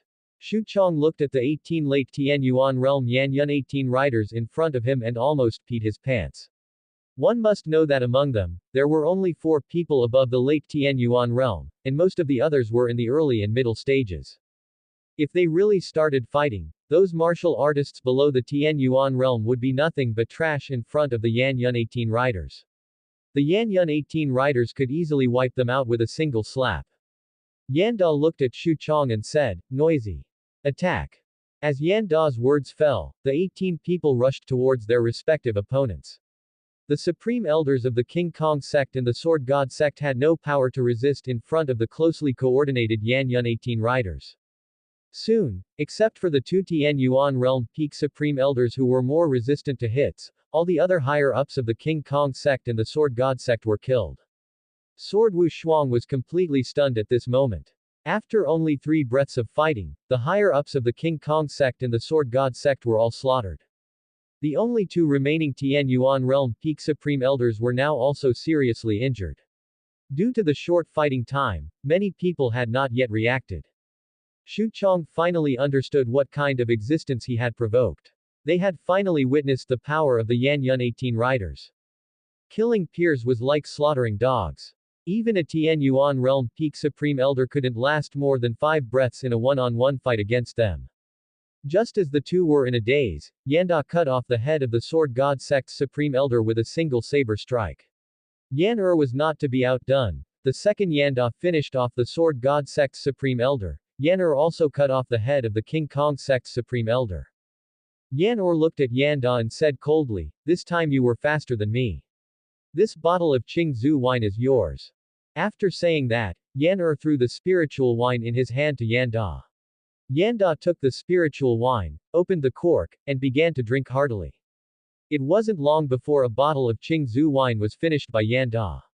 Ha ha. Good wine. Next time. Let's make another bet if we have a chance. After a bottle of Qingzhou wine, Yan Da was slightly drunk. Yan Or looked at Yan Da's crude way of drinking, and his heart couldn't help but ache. Shu Chong looked at the Yan Yun 18 riders in the sky who had wiped out the higher-ups of his sect with ease, and his eyes turned fierce, saying, "Damn it. If I'm going to die, I'll drag someone down with me." After saying that, Shu Chong's aura surged. A Earth Origin Realm peak martial artist self-destructing was enough to threaten a Tian Yuan Realm martial artist. However, just as Shu Chong's aura reached its peak, a flash of saber light passed, and Shu Chong was split into two halves. These bugs are really troublesome. Yan Da had appeared behind Shu Chong at some point. As the cold voice came out, Sword Wu Shuang's pupils contracted. He knew that his strength was similar to Shu Chong's, so he gave up the idea of self-destructing.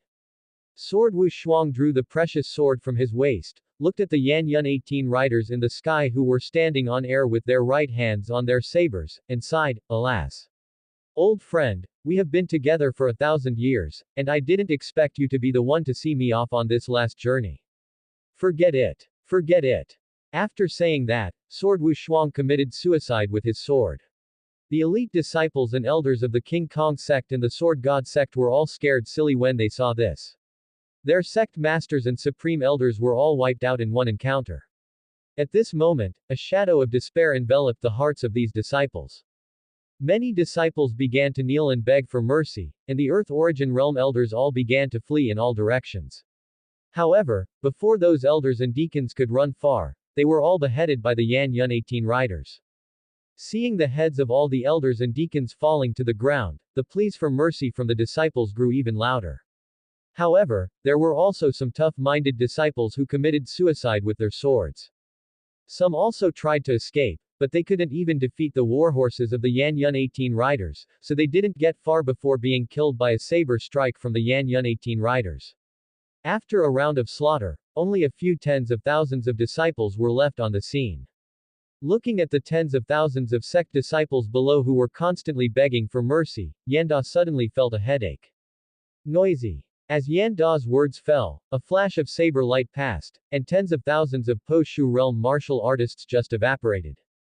Yan Da looked at the world that had finally become quiet and said coldly, "Return to the capital to report. The rest will be handled by the brocade guard. They are more professional than us in confiscating property." As Yan Da and the others disappeared from the spot, a group of brocade guard wearing flying fish uniform and carrying embroidery spring blade appeared below and quickly cleaned up the scene. Thank you for watching. Continue exploring the fascinating world of Chinese novels with us. Hit that subscribe button on Chinese Novel Audiobook to stay updated with our latest stories, and never miss out on a great listen.